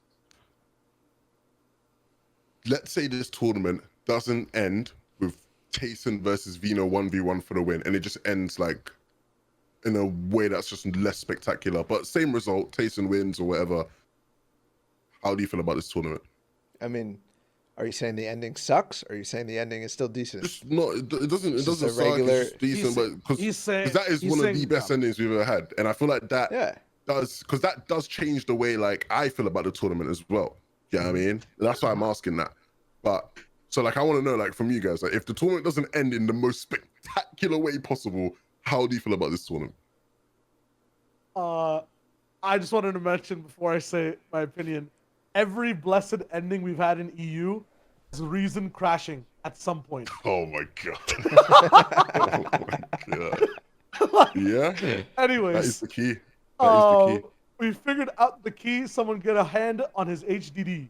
Well, it wasn't reason why it was no rally. It's just somebody from that trio has to crash. Someone from that trio has to crash who has like potential to do well or whatever. I swear Reason crashed that some game or something, but didn't get into one of the games, which is why it was no Riley in the last. Oh, it was no Riley in general. Okay, yeah. okay, one of them has to not get into that game or has to crash from that game, and it will be a good ending. Yeah. Blessed ending, awesome zones. We need a sacrifice, but I think that no matter what happens in solos, if it's not the versus Vino ending, there would be an ending where all the way up until the top 5, top 10, the people in contention would be alive. It's rare in solos that we see one person so far ahead. It's always like a head-to-head or 2 people side by side. The only way it could have been boring or non-eventful, might not have been the best, is if one person really ran away with it. Wasn't that what happened in FNCS and Invitational? Janice and Tayson both felt like they were running away with the tournament.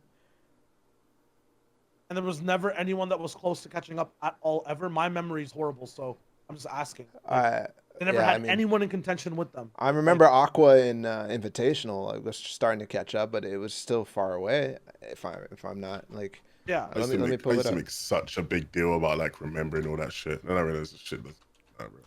Because it's like, honestly, the most boring endings are the Booga endings. Like when you stomp 40 points in the lead or whatever. Yeah, but the funny thing is, it's funny you say that because Booga's ending is one of the best endings just because it was like, just won the World Cup.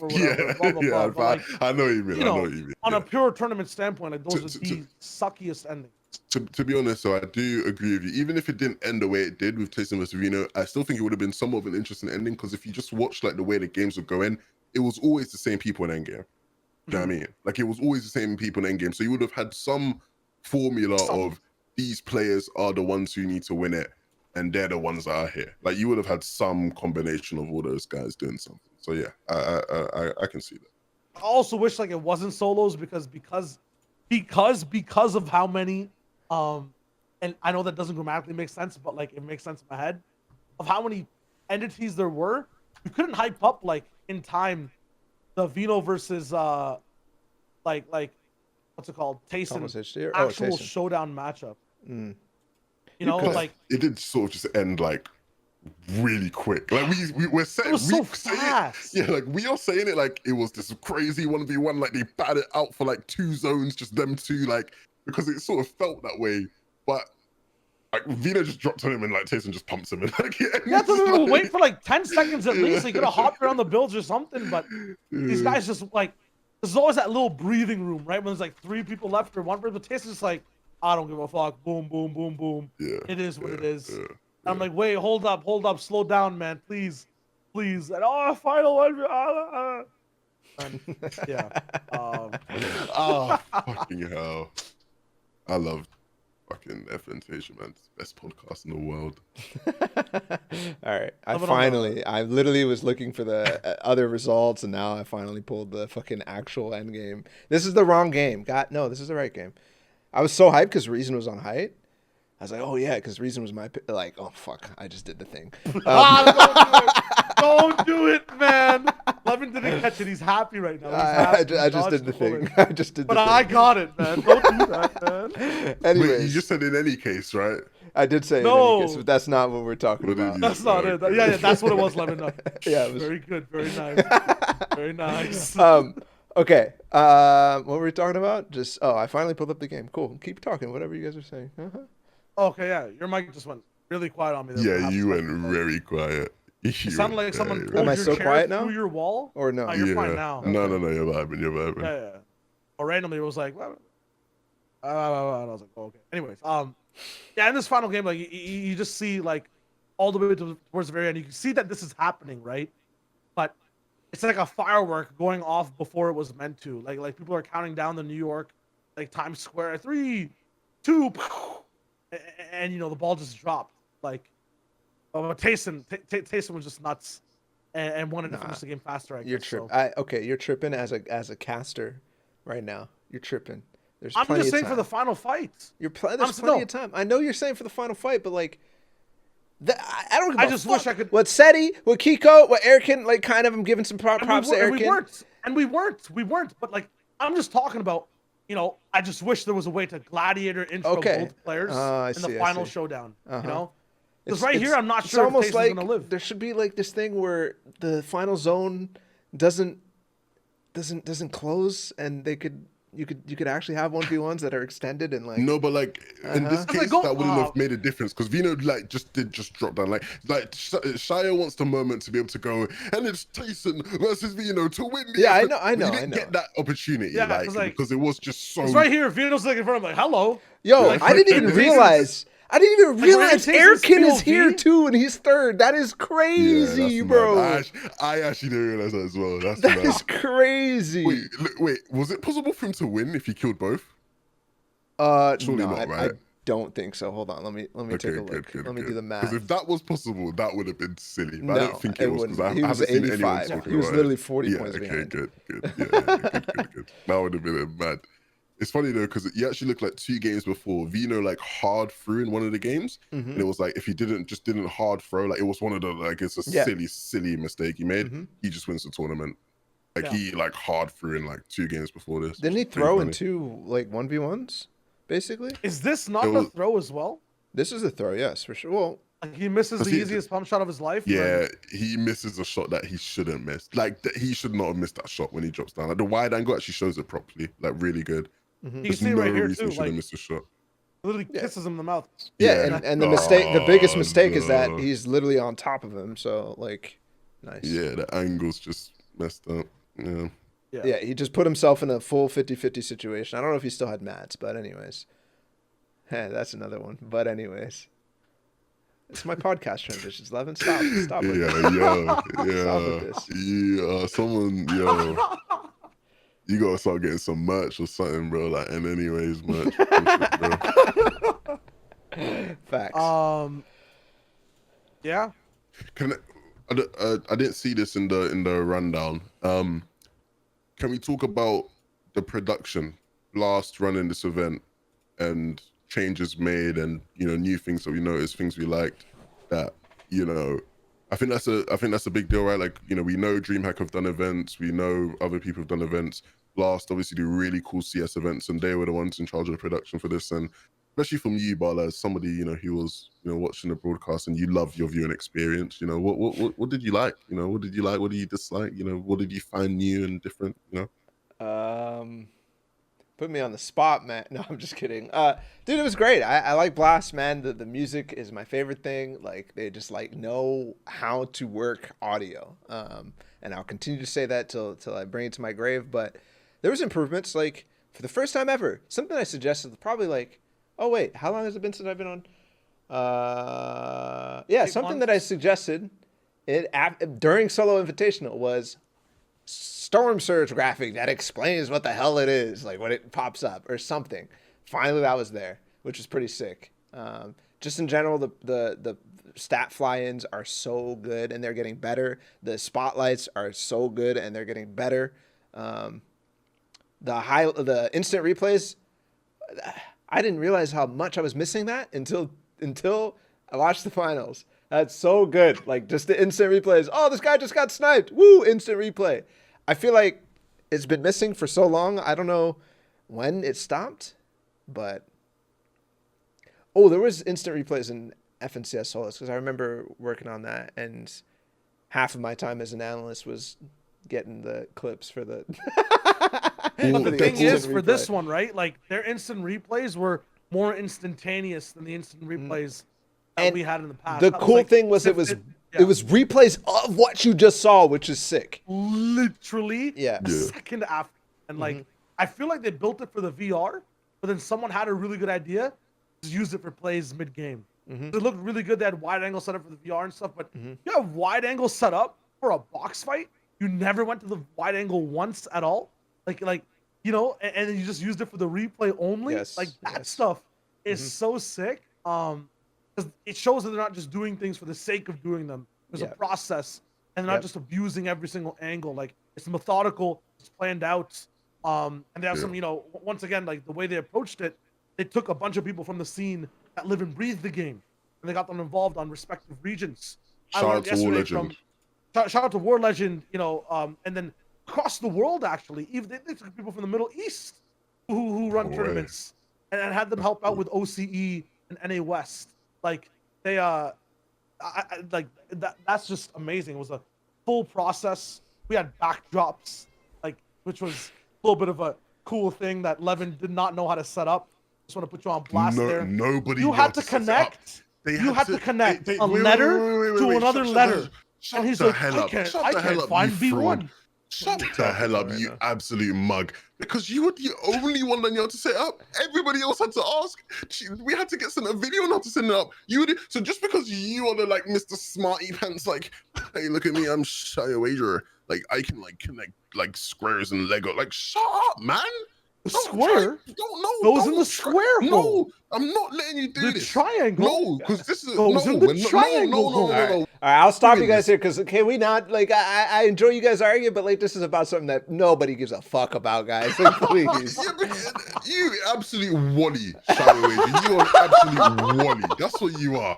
Levin couldn't play. Shut up, man. Just talk about Fortnite. Come on. He's only 19, Shayo. He's only 19. Come on. Shut up, Grandpa. I'm not bothered about my age. Like, shut up, man. He's only 19. Like, come on, man. Can we talk about Fortnite, ISO. I need an ISO, man. Just grab the ball. Did you get enough on broadcast stuff there? Or do you want more? I don't know what you want me to... No, what are you trying to? No, but you guys are podcasters. What are you talking? You hit the points. Did you not hit the points? We hit the points. You hit the points. I was just. All right then. So all right, cool. All right, let's talk about the tournament again. Jesus Christ! Like, can I? Let me interject with a question here. One that'll sure to bring up some fiery debate, just like we have right now. Okay, that is actually relevant and people are actually interested in. Is Tayson the official GOAT? Really? Yes. Silence. Yes. Levin? If you. Yes. Wow. Hell nah. Are you guys crazy? I posted on Twitter for impressions. Y'all are crazy. He won online competitions in an online era. Sure, 3 of them. Not the GOAT. Wait, are you fighting for him or He's against him? against him. Here's the Hell, thing. he's not the GOAT. Are you? Here's the thing. Listen out, right? So, this is the issue I have when arguing about LeBron versus Jordan, right? This thing about the GOAT, and I think I've had this conversation with you a lot, maybe, and then with Levin once as well. Like, I think of the GOAT, but like every time it's like it's also like who's the GOAT right now, and that makes no sense. The greatest of all time right now makes no... again. Listen, I understand. It's weird, man. But for me, like, eras switched. The game is harder to place in. The game is harder to be more consistent in for the top players. The types of switches we're seeing. Yes, it's more consistent with trios overall. But this man swapped teams and had higher performances. And he's still the king of solos, right? How is that not GOAT status? My mind is also like, okay, whatever. He needs to perform on LAN. Like, if we did have a LAN tomorrow, like, he's in peak tip-top shape, and I get LAN is way different from online, but I feel like it's a buff for Tayson, like, personally. So I would say just because of how far back the eras of LAN were gone before, and the types we've had to evaluate who's good or not, like, an NA West type LAN with a weird system to qual for that people are coming in. A lot of other stuff sometimes might be invite only, or, you know, some players aren't allowed to be there. Like, an open online competition, he is the GOAT. That's the era we're in. Yes, you have an argument for what happens when it's truly LAN and to check all the boxes. I feel like he has enough boxes checked for the status of GOAT. Yeah, I agree. I agree. I think for the most part, I agree. I think you look at, I think we, and I fall victim to this as well, but I feel we can get too attached to certain aspects of the past. And I think that's why it can be hard to accept the fact that, you know, he's the GOAT. Like, I still see people who will go, yeah, but Tayson didn't do anything in, like, the skirmish days. Like, how could he be the GOAT? Like, that's not how GOAT arguments work. Like, that's not how it works. Like, it just doesn't work like that. Yeah. The one concern I have, and of course it does link to the whole LAN thing, is, let's say Tayson is an onliner, which I don't think he is. I don't think he will be, but let's say he's an onliner. There is nobody now who, like, who is the person, because in the GOAT debate right now, like, the 3 are Tayson, Aqua, and Zayt.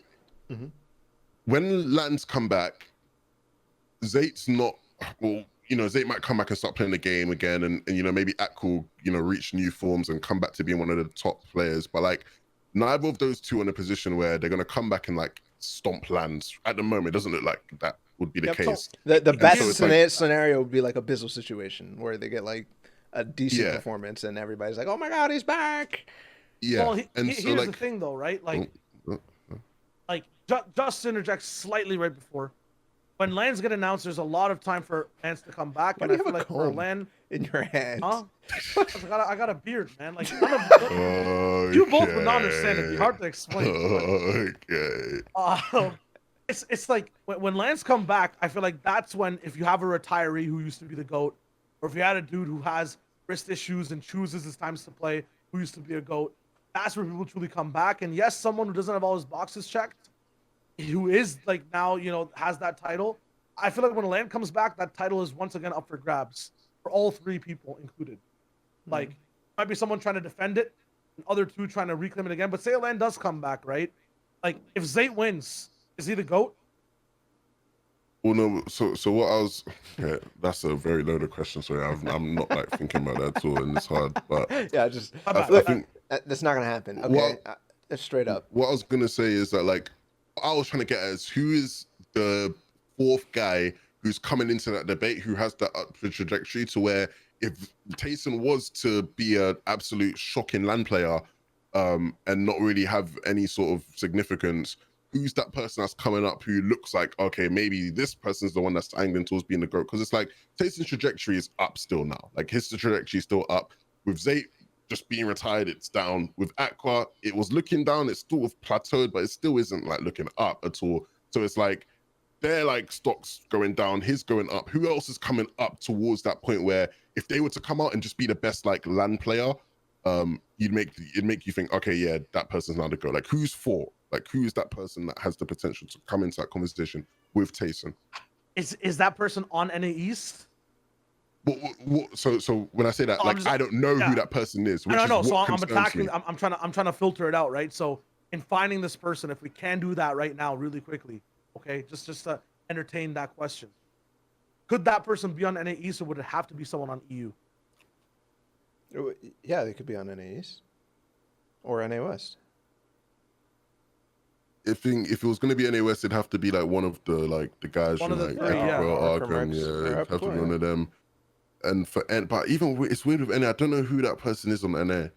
Maybe Booga? Reverse. Reverse? Or is it? I guess. Okay, I guess reverse. You still have the same fucking thing I had last episode. No, it's not that. But it's like, was reverse in those conversations before? Because at least with Booga, like the reason I say Booga is because Booga is still like, if you look at the grand scheme of Booga's career, he is still like has the accomplishments to be considered in like top 5 all time arguments and that kind of thing. So like I'd see Booga, even with those 3 on NA West, maybe less so Rex, more so Epic Girl and Arkham, like you can still see, like, do you know what I mean? So like who on NA is that person where? Bucky Macwood? No. Not even close. I don't think so. Fallen off too much. Macwood has a stronger case than Bucky, I think, but I still wouldn't put Macwood. Like, it's weird on. That's what I'm saying. Like on NA West, not on NA West. On NA East, it's like weird. Maybe Saf. Can I move on and talk about why I actually feel like he's not the GOAT, or because like you guys. Yeah, good? we went into a deeper conversation. Yeah, no, I feel like there's still more to. I like this conversation. I like this conversation. We should continue this another day. Yeah, because I think there's a lot. We can continue it after this. I don't know. I just want to basically state my case here, because he is not the GOAT. That is crazy talk. He has won over like 8 months. You put out the figure earlier, Shy. Actually, no, less than 8 months, because solo FNTASIA. A year almost. A year. Okay, more than 8 months. Either way, it's that. Okay, he's performed in 2 solos, 1 trios, online, and that's great. It's all online. We know that the era is going to get harder. I feel like as time goes on, it's going to get even harder, and it's going to be crazy if somebody does what Tayson does. Okay. It's just too early, man. His career's been a year. It's been a year. Zayt and Aqua both had more than a year to develop that career or develop that thing. Now, I'm not saying that those 2 have a better case than him, because in my mind, Tayson has done the most consistent thing that anybody has ever done in this game, which is over a year he's won like 3 out of 5 of the major competitions. You know, that is insane, and nobody's done that. Nobody has even come close to doing that, right? So my thing is that he's not the GOAT yet. You got if you're saying give him another year, if he continues to do what he's doing right now, yes, easily, maybe another 2 years even. The thing is, I think that he has knocked both Zayt and Aqua off the Mount Rush, like not the Mount Rushmore, but off of the idea here's the GOAT pedestal. You know, if there's a statue of the GOAT and there's only one, they're not there anymore. It's empty. I think it's his for the taking, but because this is absurd, it's not stamped yet. Okay, I could agree with that. Do you want to know something that like I've actually thought about, right, when it comes to this? Because I know, like, I've seen people say this. Did you know that after Michael Jackson, after Michael Jordan, did you know that after Michael Jordan won his first 3 rings, it wasn't even like the 2 bets, it was after his first 3 rings, people were already calling him the GOAT. Yes. Did you know that? I did. Right? And I watched the when last you think about that, and when you think about that in the context of like, actually, I was alive. What other people had achieved. Time. Yeah. Yeah, you were alive. I don't know if you were really outside. I don't know if you're outside, but you were alive. You know, if you look at it in context of like actual achievements versus what other people had accomplished and whatnot, it was like, well, no, it's not like it's not concrete. Like I can get why you're putting him in that category. It's not concrete yet. Do you know what I mean? And I still think it's a similar thing with Tayson, where like you said, you know, you can get why now he's, you know, knocked those 2 off the pedestal. It's not like it's not concrete. You know, there still is more to be said. But I think in terms of just the narrative and the way this past year has played out and the way he has just repeatedly been the man to beat, you know, I feel like you are right to say at this stage he is the GOAT. Now I get that there's still more to be said. Like now, if he does this more, like if he, let's say he did the double, like let's say, you know, this was his free, let's say he now gets another free, for example, over the next year or whatever, then it's like solidified. Yeah. But I still think at this stage in his journey, No, you can say what if that he because tanks? he's not good What for if he the tanks the next? Like, he can't find a trio because he's been fucking around for so long, and I said that the last season, and you know, like, It's close. okay, huh? Huh? Well, I was just saying, like, Like, he okay, was- well, where did yeah. Forza Arnade and Tayson place? Where did they place? I think 6th. Am I Sixth? stupid? I don't know. In I don't what? remember. In what? In FNCS. in FNCS trios that we just saw. Yeah. Yes. They placed third. Third? Yeah. Okay. They were 3rd? Okay, true. Yeah, they- Tayson That's my Fortune bad. were That's my third, yeah. bad. Yeah, it's my bad. Yeah, yeah. They No, No, played I good. just didn't know what you guys are talking about. Yeah. I genuinely think, based on Tayson's trajectory, he could go all over the place still down the line. Maybe if the competitions were always solos, I'd be a little bit more confident. But But the thing is, there will always be solos for him to perform in and win. That's the thing, yeah, yeah. right? So It's- I feel it's- like to wrap it all up, you can just easily say that he's the GOAT right now. And at some point, he could just be the GOAT. No So, look, suffix needed. so Barlow, with what you said, right? That's why I got into that whole like who's the fourth person thing, because like let's say after MJ won his free, like plateaued and tanks, like people probably would have gone back to saying, oh, Wilt's the GOAT or Bill Russell's the Bill GOAT or Russell. Larry Bird or Magic Johnson.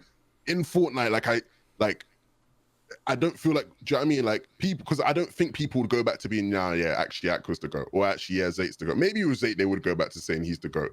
But like, who is that person that like, if Tayson was to just tank now, Then like, who it'd would be you all call? split. We'd You know what I have mean? we'd be having arguments all the time and be like, well, it's Bill Russell. Well, actually, it's Wilt Chamberlain. Well, actually, it's Larry Bird. And there'd be like all these different voices, you know, where there's not an accord of voices. Right now, I think the accord is going in Tayson's favor, and there's only one thing that could happen that will stop that from growing. No, But it's, if he I get what tanks, you're saying, but I- there's I always think- the guy. I understand, but it's like I think everyone's just focusing on the great, like from Levin's side, everyone's focusing on the greatest part of it, but not the of all time part of it. So just needs a bit more time to continue being That's great. rich coming from you, Mr. fucking GOAT of right now. Like, That's what I had to right now because I don't have to worry about either side. I can just fucking do whatever I want. So Uh-huh. yeah, You tiptoeing little rat. Like, I'm that's a what you are. weasel. I'm a weasel, Yeah, and I live in the you're a earth, the dirt, the abscesses of the ground. Yeah. Yeah. In the But metamorphic. hey, rock do we and understand where whatnot. both sides are now? Because I feel like we're just going in a ring around circle. It's Canada Day, guys. no, Happy no. Canada Day, by the way. Happy Canada Day. Happy Canada Day, to all the everybody. Canadians. yeah. Yeah. All right, cool. Nice. That sometimes it feels like Canadians get like put in the same like vein as like cultures that people don't understand. You know how like they're like, oh, do you celebrate Kwanzaa? Like oh, what is Kwanzaa about? Like and sometimes I feel like Canadians get put in the same thing. It's like, what do you do on Canada Day? Like what is He literally asked me this like, a few hours ago, I'm like, I don't know. Like, you go out. Like, what do you guys want? like I do exactly the same thing as we do on July the 4th. Yeah, Yeah. like it's the same thing with Boxing Day and like Yeah. Canadian Yeah, Thanksgiving. It's like, like- oh, do you like eat turkey? Yeah. It's like, but like, Yeah. Yeah. Wait, do you guys not have Boxing Day? no, we have Black Friday. We also We have have Black Boxing Day. Friday. No, we I also know. have Black Friday as well. Yeah, I know, but it's like Black Friday is the bigger thing, and Boxing Day is like A bit bigger in I Canada. it's just the I day after didn't know- Christmas. Like, Oh, Yeah, true. but yeah, boxing is just it. But like, no, sorry. Can we move on? Because the way you just said that confused me, and I don't want to get into this conversation. All right. made it- Confused made you, it bro. seem Something like has Friday triggered and Boxing Day are- 11-2K. No, but you made it seem like Boxing Day and Black Friday are linked. no, Yeah, 'cause they it's a didn't. discount day. no, they're not linked. Oh, I mean, yeah, it's well, just yeah, a discount day.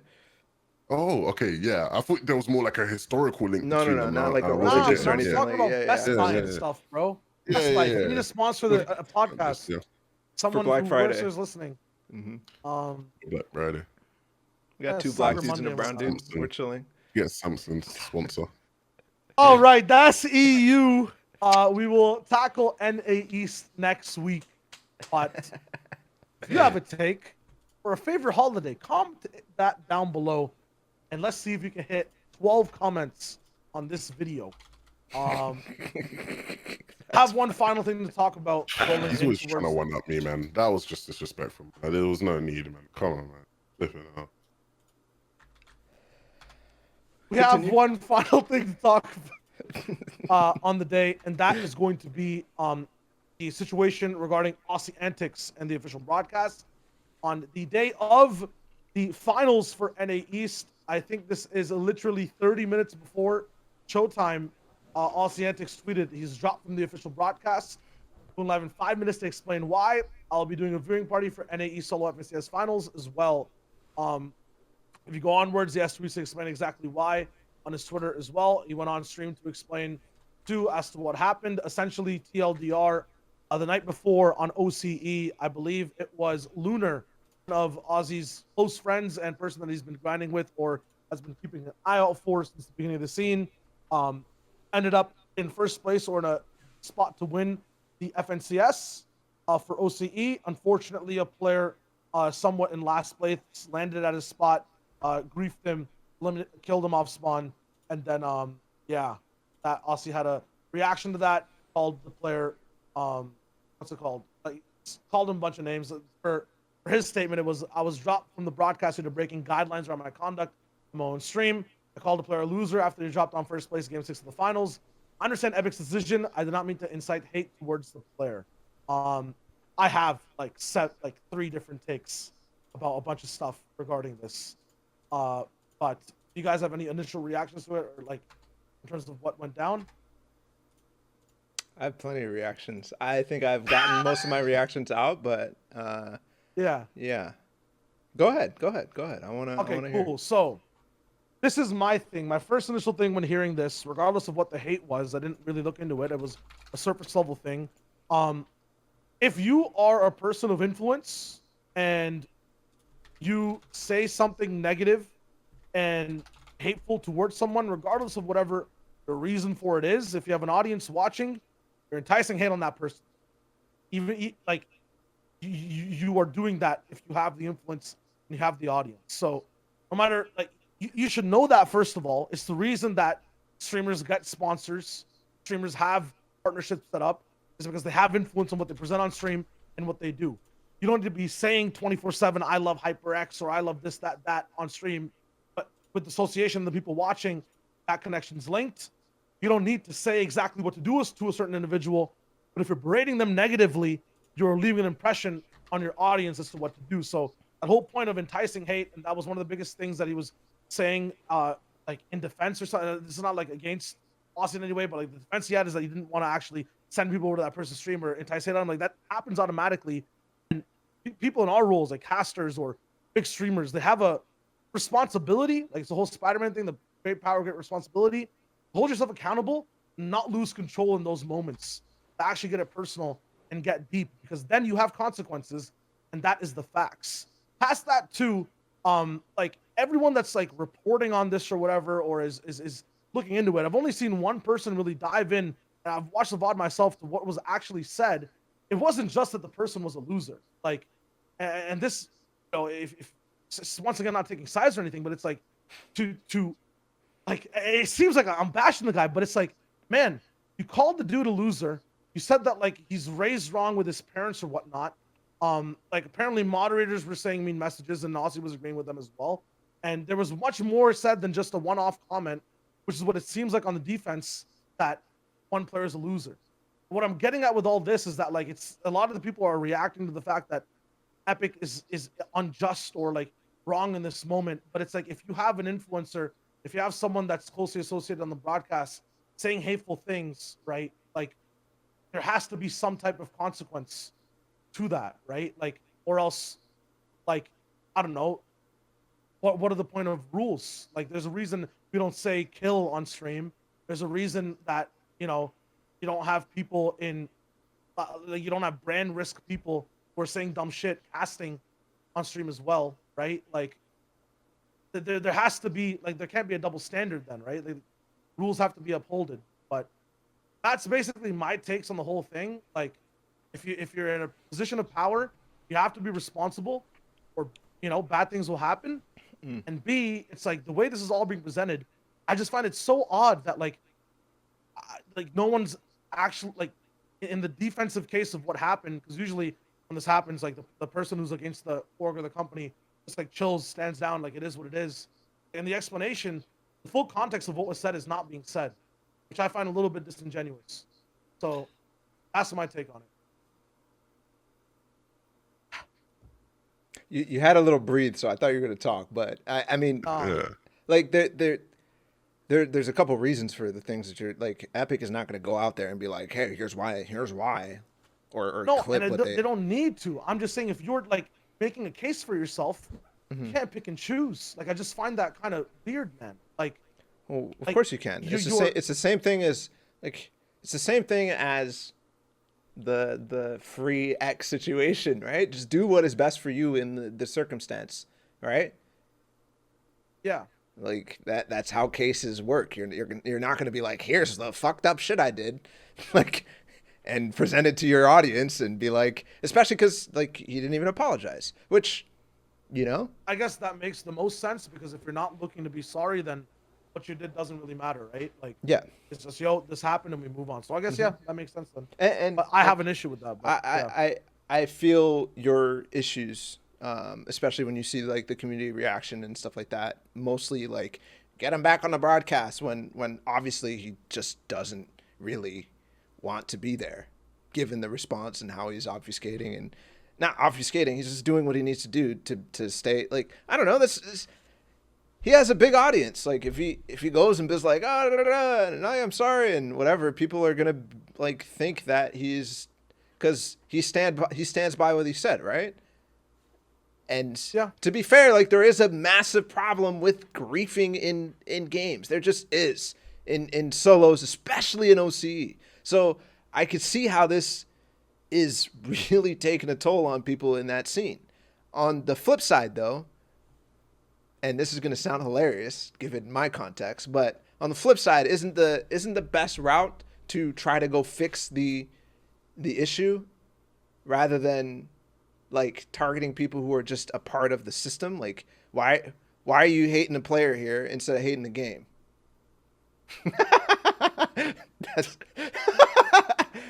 but realistically, why? Because it's not this guy. Sure, he made a bad decision in the moment. The player, he made a bad decision in the moment, but is he a loser because of that? You know, are we thinking less of them as a person because they did something that they were influenced to do something that I mean, I just find that even in some cases where somebody did something bad, it's not like you go, I don't know. For me, it's never been that way where it's like this guy is a total like whatever, like their life is never going to get together, blah, blah, blah, blah, blah. Like, I never feel like there's a situation that warrants that. Usually it's a circumstance of what's happening around them, right? Even, for example, what I said when Default had his issues, his struggles, where he posted some vile shit against what was it landing there, Kinzel? Yeah, I dropped yeah. Wakey, Kinzel. Yeah, I dropped Wakey and Kinzel, right? It's the same thing there. It's like you got to think about the situation that said person is in, even if they do something bad, like dropping on a person who's in first place, you know? So I think that's where the reaction should go more, is like, let's come up with some ways to solve the issue. And Aussie's always been that type of person who goes in that direction. But I totally get him kind of starting to lose it because of how frustrating it is to watch happen season after season of solo and just in general in OCE, right? That sort of grief mentality. I mean, what FNTASIA, bro? How many people we were watching like throw stuff off throw the caddy launcher off like when people are seriously trying to play for it and stuff like that. Like there's so many situations. It's like, oh my God, this is so draining. And the answer is probably not to go off on them and end up, you know, whatever. But clearly Aussie doesn't really care whether he's on the broadcast or not. That's something that I've taken away from this. The way that he reacted to what happened, right? Which is like going on stream right after, like, and trying to explain and try to like it isn't a battle at all because the end result is you're just not going to be on the broadcast, and it's going to be fine for him. It's going to be fine for Epic. Yeah. Well, And, I do feel like the broadcast is going to miss a significant portion of their, like, probably one of the most beloved commentators, but he's still going to be there. He's still going to be in the community. It's not like it's just their decision not to go to do anything with him. Although mid broadcast is kind of crazy, but that's what happens when.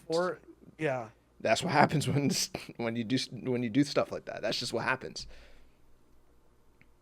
Yeah, my stance on it is it's very similar to Shiloh in that I just I can get all that stuff. I can get the whole, you know, the frustrations or whatever. And sometimes in life you do just want to say something and you feel a certain way, and so you want to express something, you know, especially when it's, you know, more personal for you and whatnot. But at the end of the day, like, you gotta learn, you know, from you as an influencer of any type, you have a duty of care to use your influence in a positive way and understand how your influence can be used in a negative way. And so even when it's like, even just beyond, you know, the whole inciting hate on whatever, it's like, even like you said, the reaction, it's like, you know, the way you handle that after, then, you know, causes your community to respond in a certain way, and you have to, and like you said, Bala, maybe he just doesn't, you know, care about the way like that all plays out, because at the end of the day he's going to be fine about the broadcast and the broadcast will be fine about him.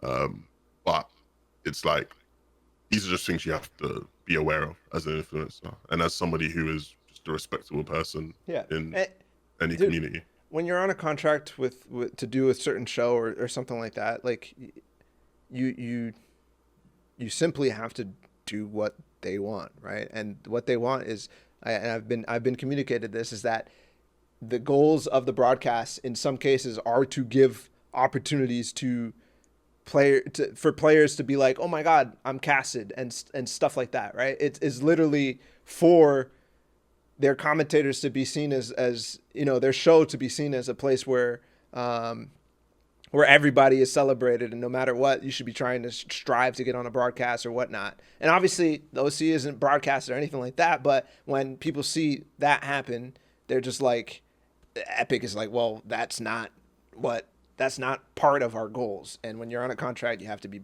cognizant of all that, right? Yeah. Then personally as well, like, you know, telling someone to do something or not, like, it's up to them. I think just once again, like, the issue for my whole thing is not what was said, or like, you know, people are individuals. And in my case, I probably would have maybe even done the same thing if I was that heavily invested. You know what I mean? You could slip and make that mistake. It is what it is. But it's like, it's just the handling of it after the fact that I just have an issue with, because, you know, when it comes to that entire conversation about he'll be fine, yes, the broadcast loses one of its most beloved casters and whatnot, it's like, I'm still working on this broadcast, and while this is all going on, trying to uplift it and, like, you know, doing my best to uphold myself to a higher standard. Like, it hurts, the work that is done at the end of the day. And then I lose a colleague that I was, you know, want to work with, looking forward to work with, and then at the same time, with the whole thing happening, it's like the community turns a certain way, just not knowing all the facts, and like that is just like my biggest issue when you have the chance to show the whole side. Like, specifically, I mean, for you guys who are still on the broadcast, I'm sure this, like, people are literally looking at the broadcast now and be like, everybody's on the broadcaster's ass because Aussie's not there. I know that happened. I know that happened when I stopped being on the broadcast. And we get caught in the crossfire. Yeah, and that sucks. And that really sucks. It's still like, I don't like, that sucks, but I just want, like, if this happens or not, and like it has to because it's a consequence or whatnot, like, people just to understand both sides and like understand why it truly happened. I think that's just where I had an issue with it the entire time. Like, not even, I don't care if, you know, someone's putting up a stream up to explain why or whatnot, or what happens, or who's tweeting out what, or whose side is what. I just want it to just be genuine and truthful, and I just don't feel like the process was. And like, you know, it's not like I'm trying to start beef or anything, but it's like, you know, like, well, like, yeah. No, I just feel like, you know, the ideal outcome of this scenario is people go, yeah, I get why he's not on the broadcast anymore. Makes sense. It sucks because I like Aussie on the broadcast, but like I get why he's on it. That should be it. Do you know what I mean? Like that should be it.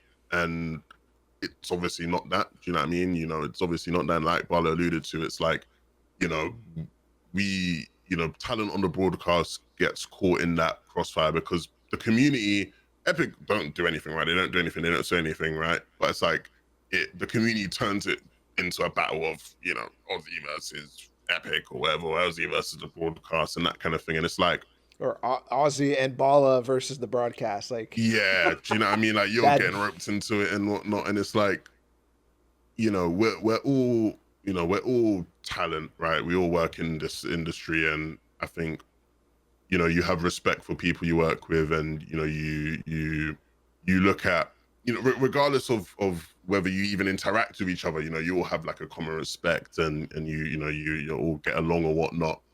And I think you're going to interject. No, I was just going to say that, and I think, you know, on the same conversation of like having a duty of care, do you know what I mean? It's like thinking about that. Do you know what I mean? Mm-hmm. Thinking about that, where it's like, because it's not like, it's weird because the way we're saying this, it makes it seem like as if we're suggesting that Aussie is like inciting like people to spam free Aussie everywhere possible and things like that. Like, you know what I mean? He's not, right? Like, as far as I know, he's not saying to anybody to go say that anywhere. Do you know what I mean?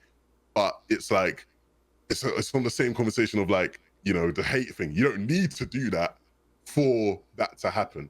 Do you know what I mean? You don't need to do that for that to happen.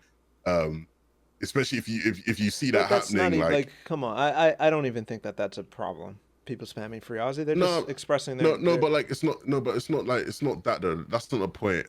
The point is like it's like what Shai was saying. It's doing something to the broadcast where it's like people have like lost that respect, or like people like look at the broadcast now in a certain way that is like unfair to the people who are still working on the broadcast. You know what I mean?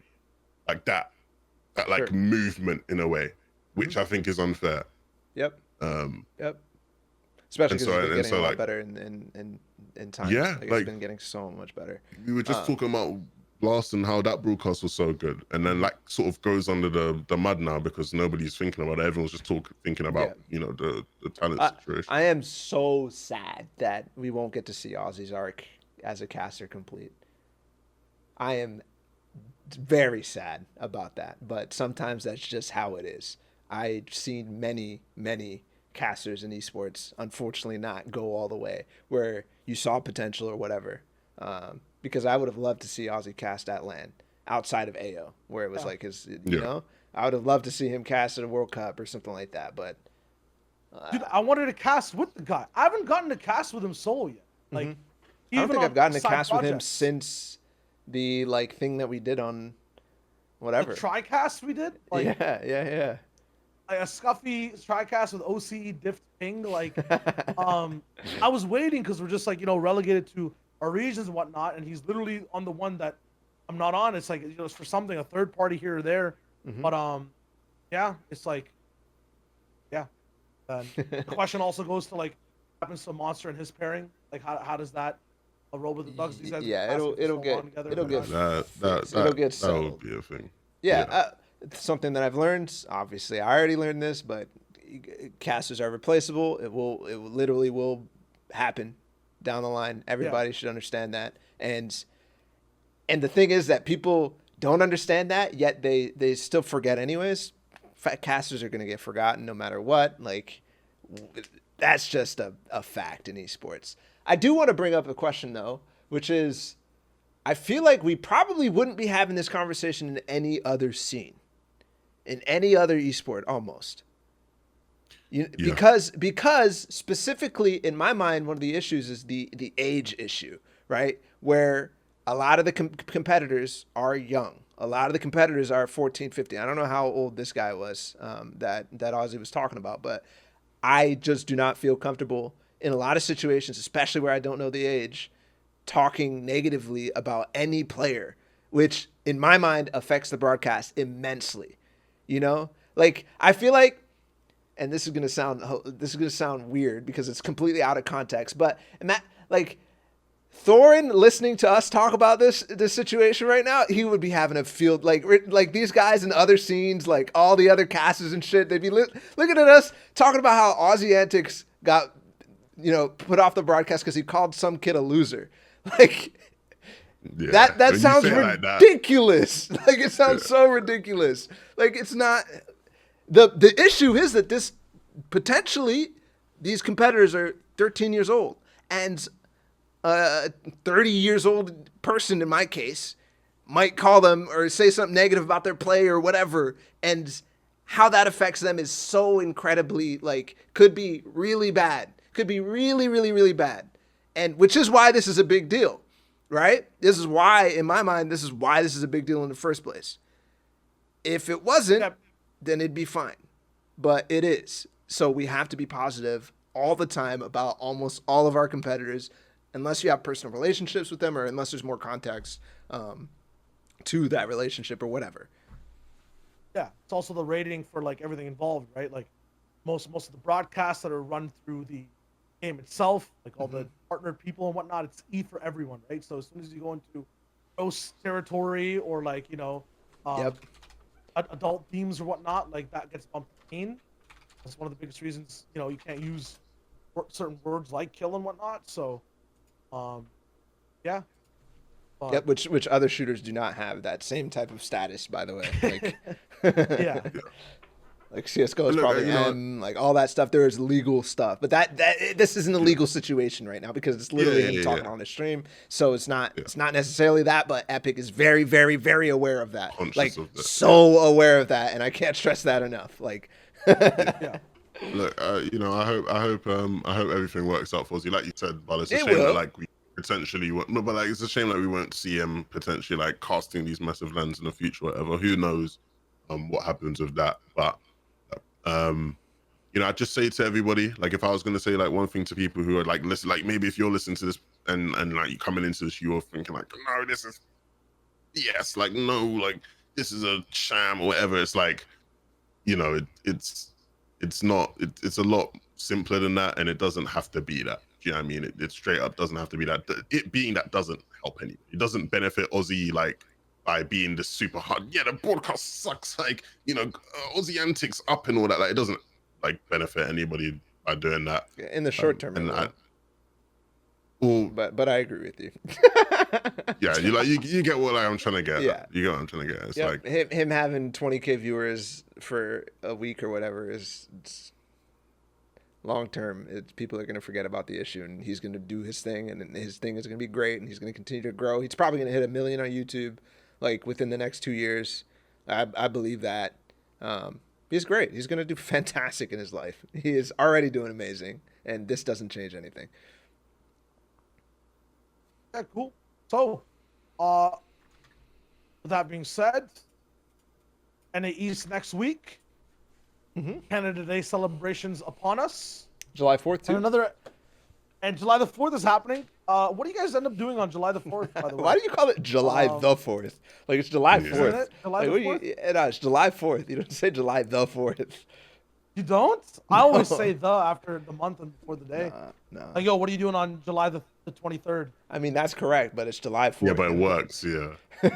July the 5th? July the 4th. Okay, regardless. If you made it this far, comment your favorite date of the month, whether it's the 4 or the 23. And episode 22 of FNTASIA is wrapped up.